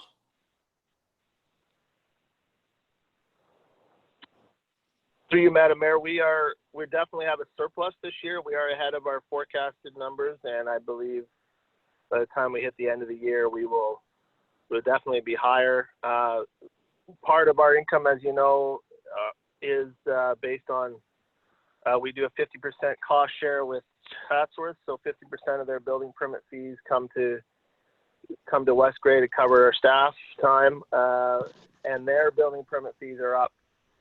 And building permit numbers are up even at a higher percentage than West Grey. So the fees coming from Chatsworth will be higher than expected, as well as West Grey will be as well higher. I'd say Chatsworth will be up about 10% for the year, and West Grey will probably be closer to 5%. Super. Thank you very much. That's all the questions I had. Thank you, Councillor Townsend. Councillor Hutchinson. Yeah, Councillor Hutchinson here. Not so much a question as a statement. Just that I'm pleased to see that things have continued to come ahead, and we are, doing well in terms of the building department. Our numbers are up, as the director said. Considering the pandemic and what I've heard in terms of shortage of supplies, that a lot of builders are having difficulty getting materials that they need. So I suspect that that'll change next year, hopefully, as things move forward. So thanks for the report. Thank you. Anything further, members of council? Fair enough. So we do have a motion at hand, and that is, Madam CAO, would you just mind refreshing our memory on that one? Yes, thank you, Madam Mayor. The recommendation is that CBO report 2020 Q3 building department activity be received for information. And that was moved by Councillor Hergert, seconded by Councillor Townsend. All those in favor indicate with a check mark. Those opposed indicate with an X mark. Mayor Christine Robinson, I am in favor of this motion. Councillor Hutchinson. Sorry, Councillor Hutchinson. Councillor Hutchinson, in favor. Councillor Hamilton. Councillor Hamilton, yes.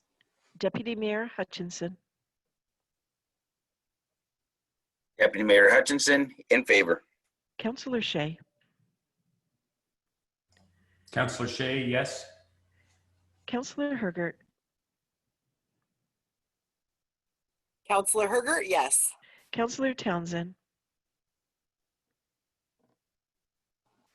Councillor Townsend, in favor. That motion does carry. That completes item 15, staff reports. We're on item 16 now. I'm just going to clear my dashboard as well. Thank you. Councillor Shea, if you could clear your dashboard. Thank you. We're dealing with item 16, bylaws 16.1, bylaw number 75-2020, zoning amendment ward ZA-09-2020. Madam CAO, could you please read the recommendation?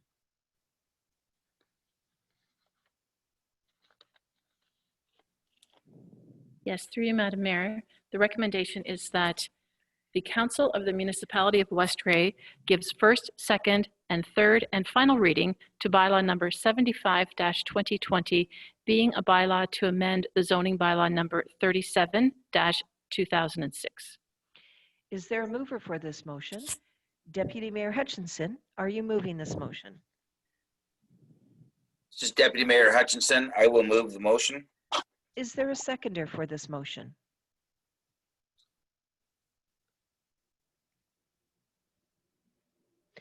Councillor Townsend, are you seconding this motion?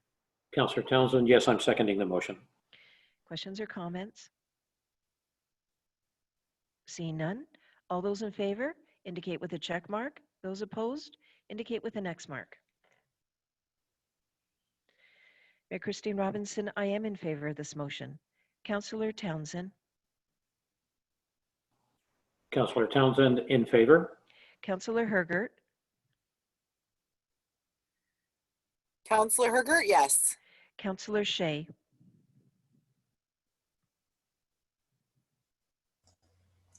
Councillor Shea, in favor. I've just lost one of my windows on my screen, so excuse me if I get off track, but yes, in favor. Okay, thank you for that information as well. Deputy Mayor Hutchinson. Deputy Mayor Hutchinson, in favor. Councillor Hamilton. Councillor Hamilton, yes. Councillor Hutchinson. Councillor Hutchison, in favor. Motion carried. Okay, if you could clear your dashboard, thank you. Now we're dealing with 16.2, bylaw number 76-2020, confirm proceedings of council. Madam CAO, could you please read the recommendation?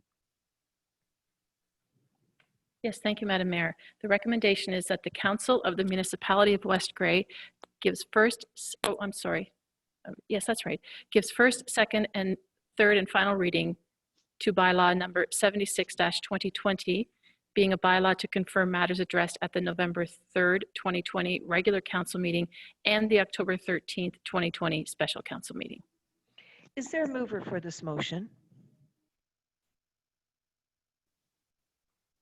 Oh my goodness. Councillor Hamilton, are you moving this motion? Councillor Hamilton, I move the motion. Councillor Hutchinson, are you seconding this motion? Councillor Hutchison seconds the motion. Any questions, members of council? All those in favor indicate with a check mark. Those opposed with an X mark. Mayor Christine Robinson, I am in favor of this motion. Councillor Hutchinson. Councillor Hutchison, in favor. Councillor Hamilton. Councillor Hamilton, yes. Deputy Mayor Hutchinson. Deputy Mayor Hutchinson, in favor. Councillor Shea. Councillor Shea, yes. Councillor Hergert. Councillor Hergert, yes. Councillor Townsend. Councillor Townsend, in favor.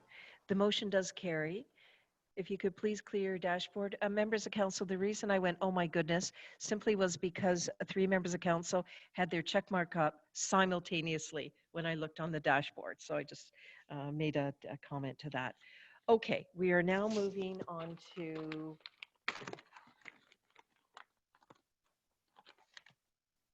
pardon me for the rustling of my pages. I do apologize. Item 17. New business. Item 17.1 is a notice of motion. This one is moved by Councillor Shea. And what I want to say is I would like to transfer the chair to Deputy Mayor Hutchinson I confirmed the procedure with our clerk earlier. I would like to second this motion. I assisted in the write-up of this motion, and I would like to deal with this. And I'm going to transfer the chair over to Deputy Mayor right now. And then following when this item is dispensed with, I will take the chair back from Deputy Mayor. Thank you.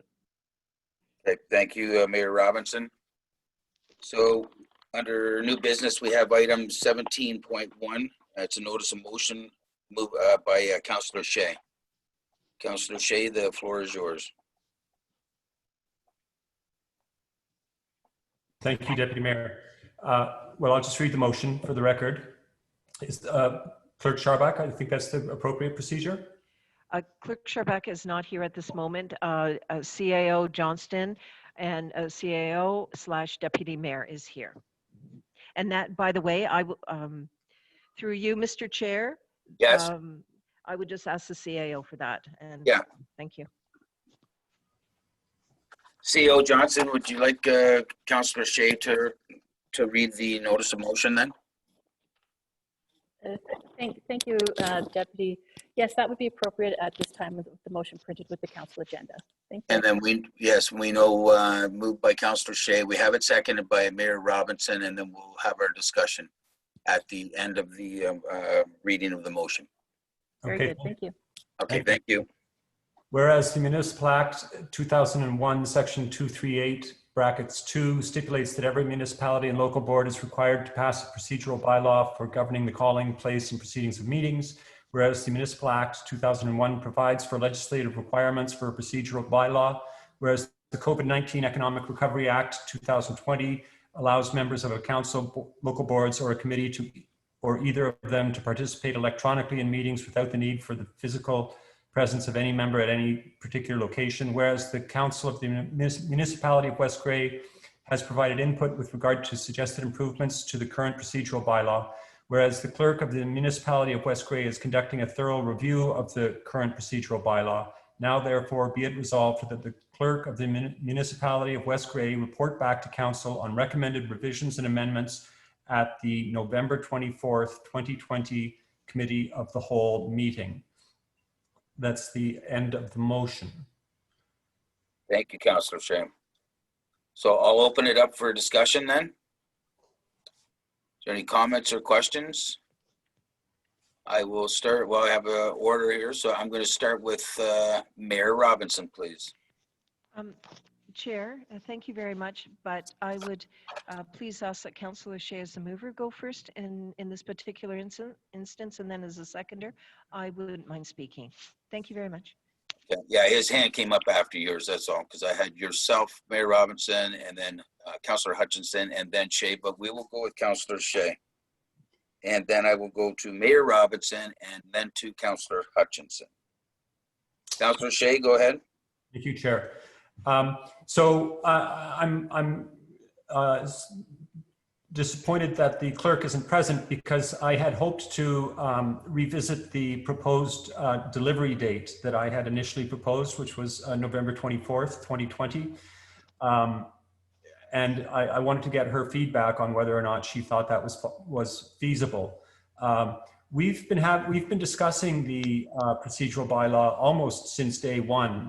The mayor gave Councillor Townsend a task of inviting comments. I know I provided comments well over a year and a half ago, perhaps, and I believe those were compiled and distributed.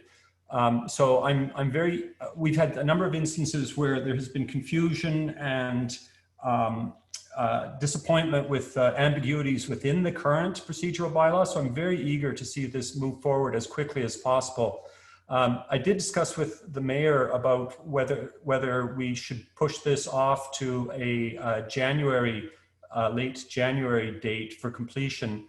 But I was rethinking that perhaps a late December date would be adequate. So I'd like to leave it up to the committee to determine what the final due date for this should be. And maybe the CAO would have input as the deputy clerk about what would be feasible. Okay, well, anything further there, Councillor Shea, or I will go to CAO Johnson for a response. No, that's it for me. Thank you for now. Okay, thank you. CAO Johnson? Thank you, Deputy. I did have some concerns about the November 24th request, but I can share with Council that our clerk has been quite busy doing research and working with some of her peers and colleagues to look at our procedural bylaw, and she's got a very marked up copy on her desk, so she's working diligently at it. I just know that there's other pressures, and the November 24th meeting is already shaping out to be quite busy. This is such an important project that I would really appreciate a little bit of an extension, and then we could schedule it appropriately so that we have enough time to deal with her recommendations. Thank you, CAO Johnson. Do you have a follow-up there, Councillor Shea? Thank you, CAO Johnson. Do you think late December would be sufficient? Through you, Chair, I'm looking at our calendar for December. We only have 2 council meetings on the 1st and then the 15th, and then we have a little bit of a holiday break. So I would propose that if it could wait till January, whether and I can check with the clerk whether that first meeting in January or we schedule something specific to deal with this, how she would like to proceed with that. But December's looking a little tight, to be quite honest, with only 2 meetings.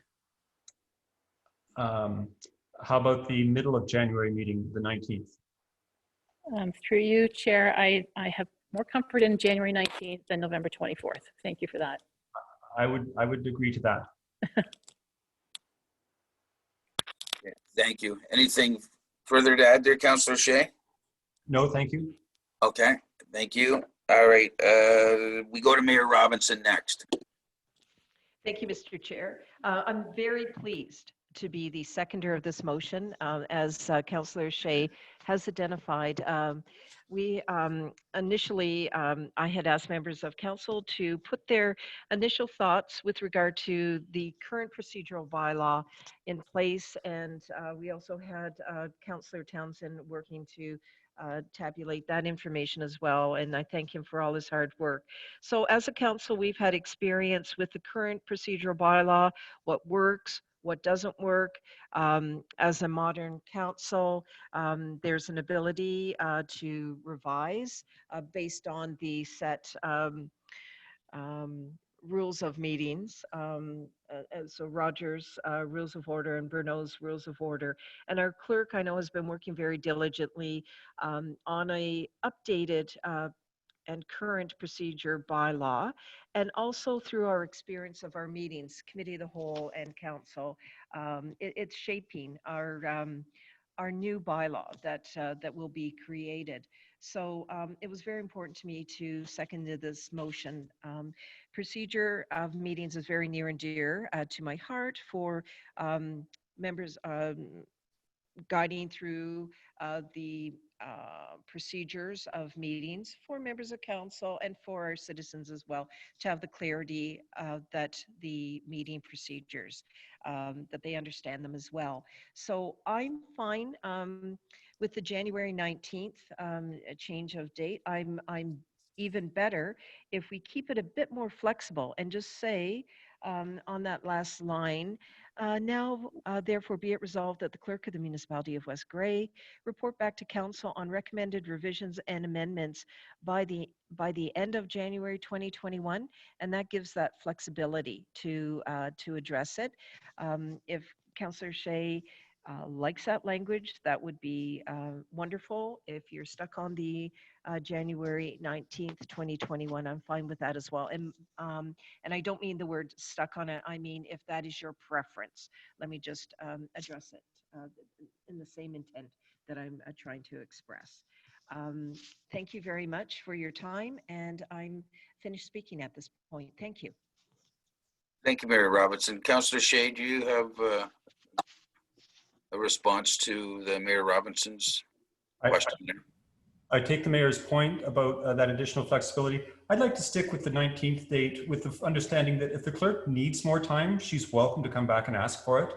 But I do think this would be granting an additional 2 months almost. So I'd really like to push just a little bit. Thank you. Okay, thank you, Councillor Shea. CAO Johnson?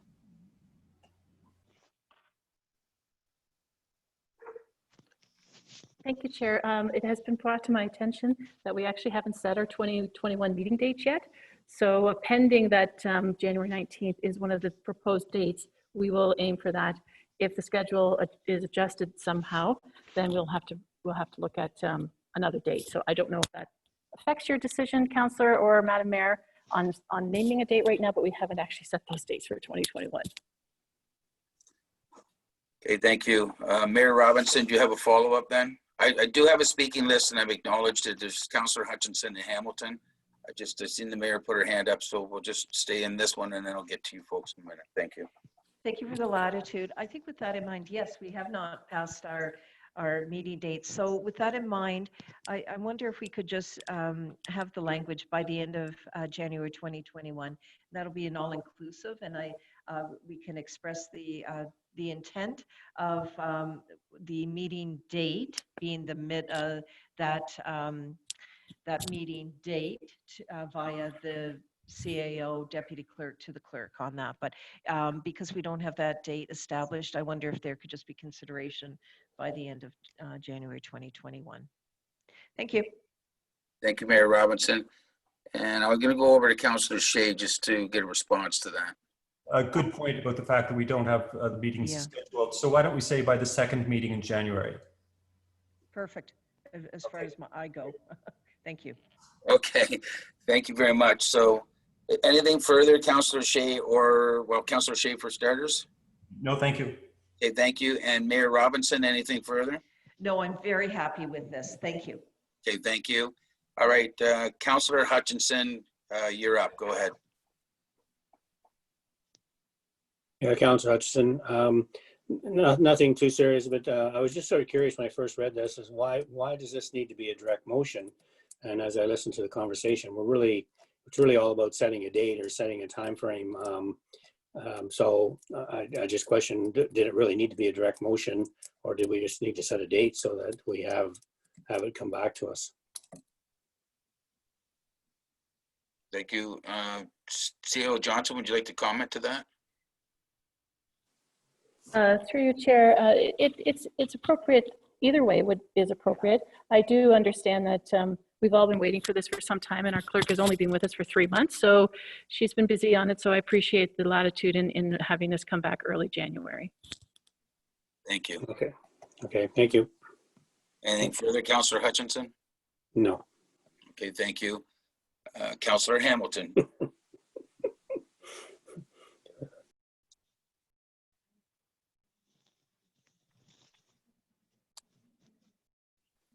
Here we go. Thank you, Chair.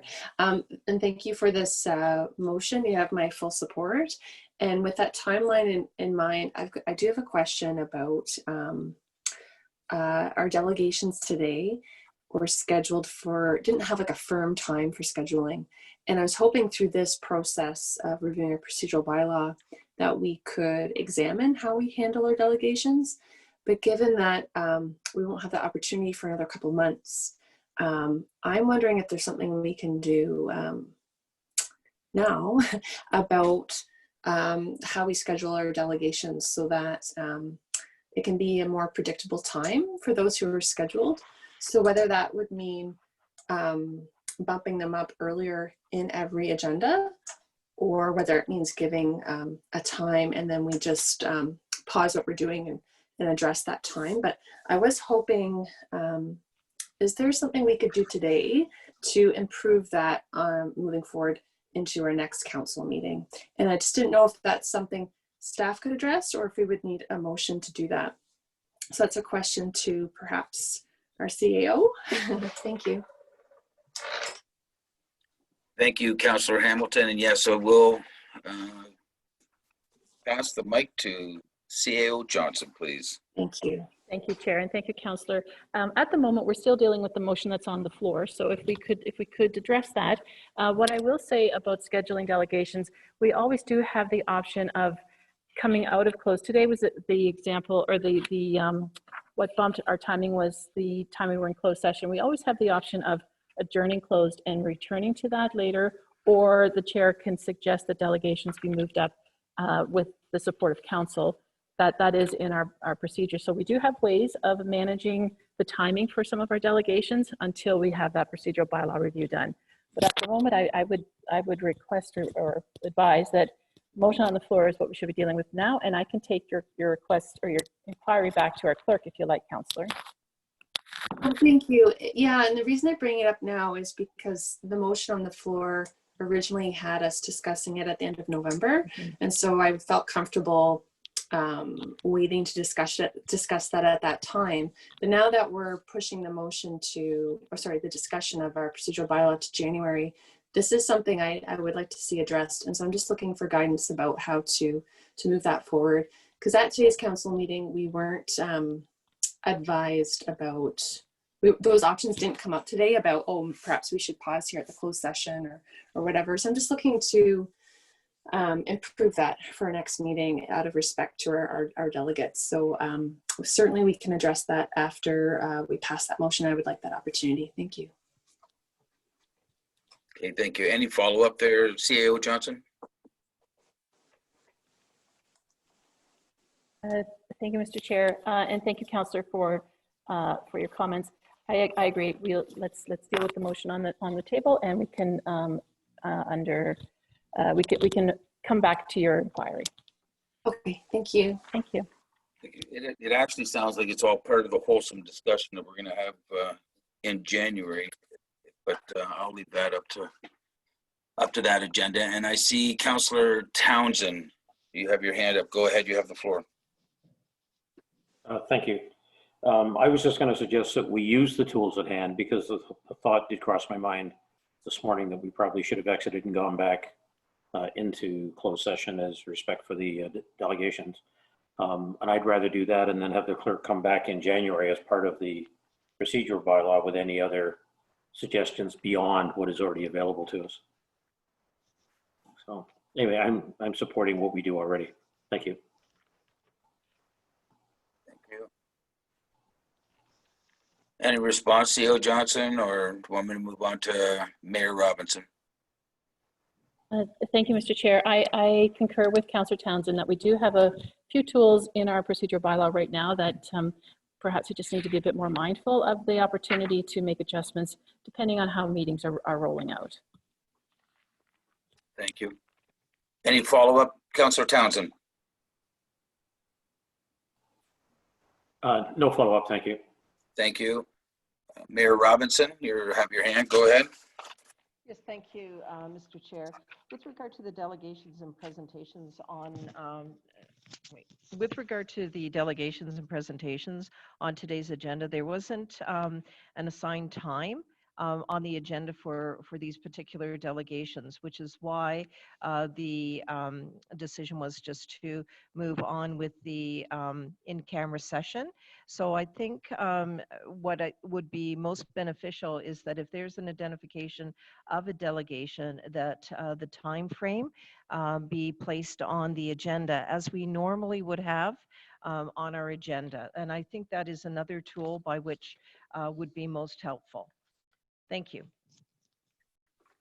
Thank you. And I agree with that statement for sure. All right. Is there any other further comments or questions? We do have a motion on the floor. It's moved by Councillor Shea and seconded by Mayor Robinson. And I may have the CAO Johnson just refer to what we're voting on here again. There's been a wholesome discussion for sure.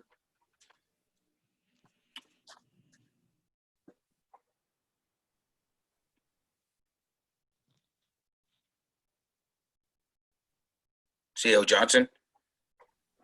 Yes, thank you, Chair. So if your request is that I No, it's just a motion. There's nothing else we've added to it. I just want for clarity because it's quite a bit of conversation going on. So. Yes, that is correct. The only amendment that's on the floor now is that the date of November 24th be amended to read by the second week of January 2021. And that's what I was reaching out to you for. Thank you for that. And I just want to check with the mover and the seconder. Okay, Councillor Hutchinson, go ahead. Sure. Sorry, Councillor, just a point of clarification. Wasn't that the second meeting Oh, In yes. January rather than second week? Yes, thank you, Counselor, that's correct. Second meeting. Okay, second meeting? All right. Is the mover and seconder good with what the CEO Johnson just read out? Just put even a thumb up would be good. Or Councillor Shea, I got your thumb up. Yes, I'm fine with it. It's Mayor Christine Robinson. Thank you. Thank you. All right, any other comments or questions? Okay, so we have motion on the table, so we'll call that. Please indicate with those in favor, indicate with a check mark. Those opposed with a red X. Okay, I will start as chair. Deputy Mayor Tom Hutchinson, I am in favor of this motion. Councillor Hutchinson, state your name and how you're voting. Councillor Hutchison, in favor. Thank you. Councillor Hamilton, state your name and how you're voting. Councillor Hamilton, yes. Mayor Robinson, state your name and how you're voting. Mayor Christine Robinson, in favor. Thank you. Councillor Shea, state your name and how you're voting, please. Councillor Shea, yes. Thank you. Councillor Hergert, state your name and how you're voting. Councillor Hergert, yes. Thank you. And Councillor Townsend, state your name and how you're voting, please.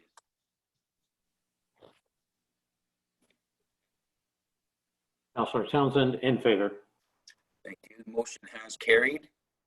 And I believe at this time I would hand the chair back to Mayor Robinson for the next item on the agenda. Thank you. So I'm asking members of council under item 17, new business, are there any notices of motion or direct motion? Councillor Hergert, please. Thank you very much, Mayor Robinson. I'm just reflecting on what Councillor Hamilton had previously brought during the procedural bylaw discussion.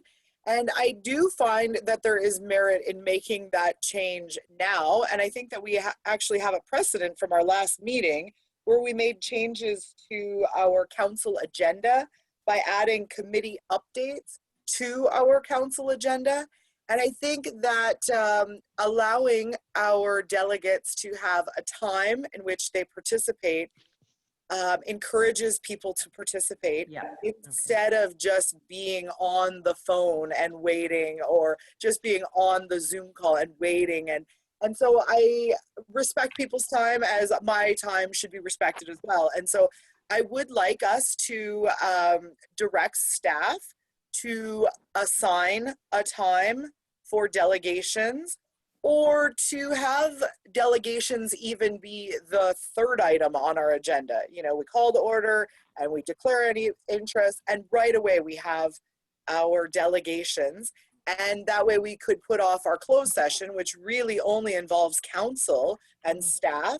We could put that to any other time. We could put that at the very end of the council meeting if we chose. We could pick any other time to do that. So I think to be respectful to our delegates, it would be in our best interest to receive their information at a specific time and which is agreed upon.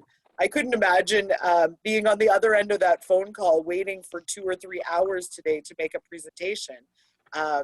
Anyhow, I think that there is merit in making the change now in advance of waiting till January or beyond, which, you know, it's perfectly acceptable that we have it somewhere down the road on our procedural bylaw. We've already waited this long. So just finding merit in Councillor Hamilton's discussion about having that change in our procedural bylaw effective today, that we wouldn't, we would have delegations at a specific time. Sure. Okay, so you're moving that. Councillor, well, I'm looking for a check mark. So I'm going to go to Councillor Shea. Are you seconding this motion?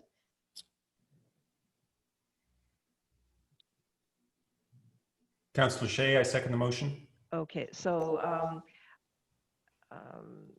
Administrative Assistant Lindsay Glazier is working on the wordsmithing for that. But I do want to say, if you look, if you look at the agenda, it effectively is the third item on the agenda, and what I do want to say is that we have, and I quite agree with the motion, and we do have precedent in terms of adjusting our procedures ahead of the review. So this is just something that, should this be passed by council, that our clerk could fold in to the development of our existing agendas until there's consideration for the overall new procedural bylaw.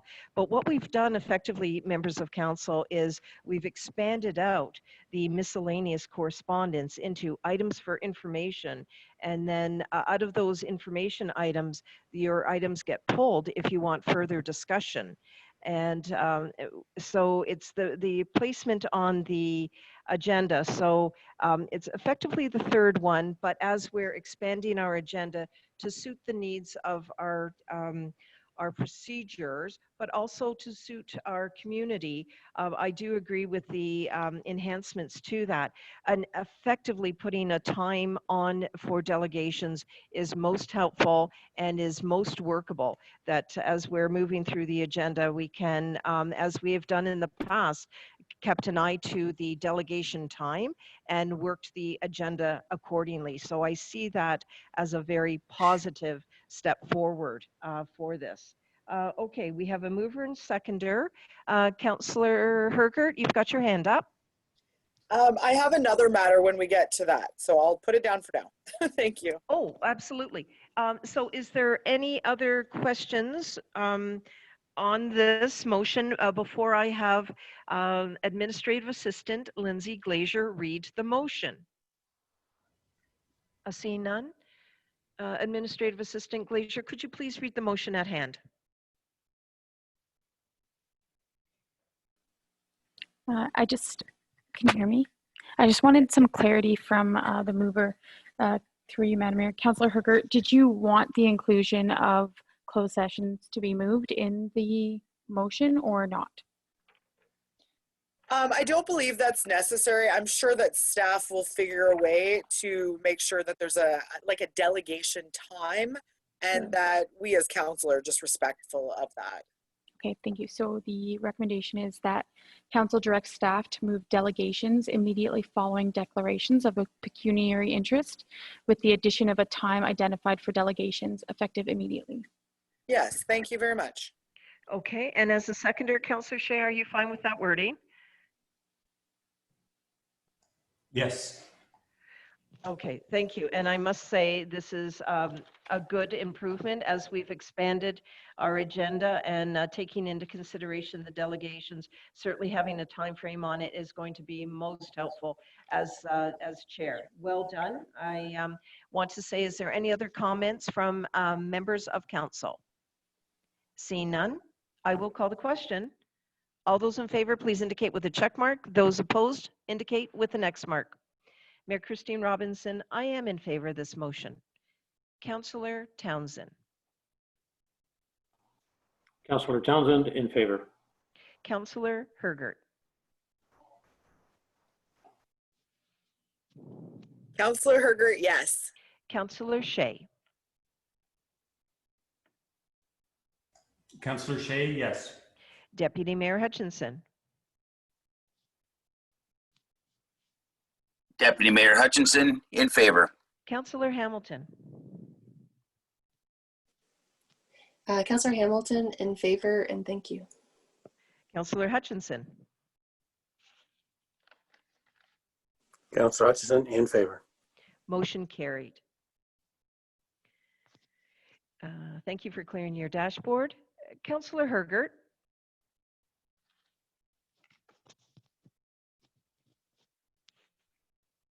Yes, thank you. Okay, so as I brought up earlier about under communications from mayor and council, I brought up that FCM has a grant opportunity regarding new funding for deeply affordable housing. And while I'm just bringing it as a notice of motion today, I would actually be looking for a staff report about how this fits into alignment with our West Grey Strategic Action Plan and how we as a lower tier can support affordable housing. If this is an opportunity for us to garner money or resources to put towards that effort, I believe that there's merit in that. So I would work with the clerk on formalizing the wording of a resolution.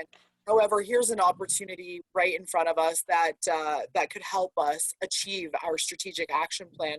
And I think that there is just even a cursory review of what we have, or if it would fit, or how it fits into our strategic plan would be important. Thank you. So noted as a notice of motion that will appear on the next council meeting. And you've indicated that you'll be working with Madam Clerk on the language. Thank you very much for that. Are there any other notices of motion? Councillor Townsend. Thank you. It's not a notice of motion. It's more the fact that an observation of today's meeting with all the different financial things, and I'm getting a little concerned about what we're going to be able to afford. So what I'm wondering is, we have the police building coming sometime next year. I don't know when the actual financing other than the land will start. And we also don't know the grants yet, but if we use the example of what was provided today for the land, we could be 4 times that for the building. And we also have a bunch of other projects that we're talking about, whether it be accessibility, sustainability, et cetera. And so I'm wondering if part of the budget process and the package, whether or not there's an opportunity to do an outlook that will show kind of what's on the horizon from the base budget that we've got before we start getting into new projects, just to know where we are. And I did mention that to the CAO earlier this week, and just wanted to make sure that it's out there and it's on our radar, because if we don't, we're going to end up with some very, very serious issues, because the land is about 1% roughly, just a little under. And if we're 4 times that for the building, and then we get into the others, I'm really concerned if we don't start watching that. We have to be careful what else we approve. And it's good to know what's coming. And we may not know all the costs yet, but staff may. So if it's available, if that could be shared, I would appreciate it. Thank you. Madam CAO, and then Director Mighton, please. Through Madam Mayor, and yes, Councillor, thank you for raising that. As part of our budget package, we are looking at presenting to Council the keeping the lights on costs, and then the additional projects and what those would come in at. I would defer to the Treasurer to expand a little bit on that, please.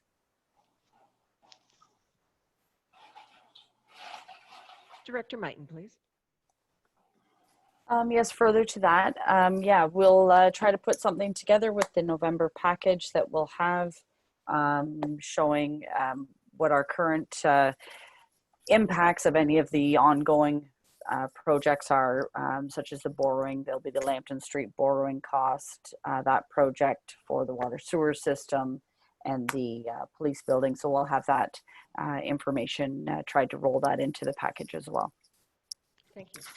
Anything further, Councillor Townsend? Well, that's fine. Thank you very much. Well, thank you as well. Members of Council, anything further? Councillor Hamilton? Thank you, Mayor Robinson. Just as I believe what I'll put on as a notice of motion for next council meeting, but I haven't firmed it up. But I have been thinking about our council scheduling of meetings, and I've been reflecting on if a model like Grey County has, where we have council and committee meetings back to back a couple times a month, if that might be, I think that's a discussion I'd like to have with our council. So I will give that some more thought, and that might be a notice of motion that I'll bring forward next meeting. Thank you. Yeah, it's so noted, and that is a model of the Grey County that is working. Let me just say, but whatever this council comes up with will be absolutely appropriate for this council and our citizens. So thank you very much. It's so noted, Councillor Hamilton, that you will have a notice of motion with regard to council meeting schedule. Thank you for that. Oh, you're quite welcome. Councillor Shea, please.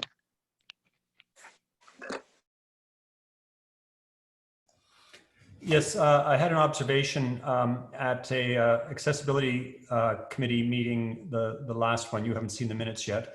I was asked to determine what renovations were being done to the entrance of the Durham Town Hall. There was rumors that the ramp was going to be changed, the washroom was going to be changed. And so I looked into that and talked to Randy and Laura and figured out that we had contributed $10,000 to a reserve or to a savings to do that work in 2019. And we elected not to put any more money towards that in the 2020 budget, which sort of surprised me because I don't remember voting against putting a new wheelchair ramp and an accessible washroom. But I did have a brief conversation with Laura about the possibility if there would be any way, Randy thought that $20,000 would be enough to get this project started. If there would be any way to take money which was being allocated to replacing playground equipment, which was about $10,000, if that could come out of the Mighton Fund, freeing up that $10,000 to allow a contribution this year so that this could possibly get started in this fiscal year. So I'm just sort of putting that out for discussion to the CAO and or the treasurer or anyone else who has a bright idea.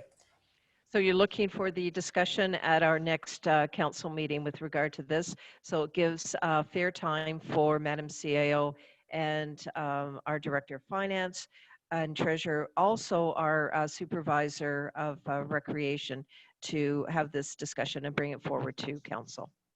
Yes, that would be great. Thank you. Thank you very much. Okay, we're building a list here for notice of motion for our next council meeting. Is there anything further? Seeing none. Thank you very much. On item 18, addendum, Madam CAO, it's an NA. Is that correct? Thank you. Item 19, closed session, incomplete items only. That is an NA. Item 20, matters arising from closed session, NA. Item 21, question period.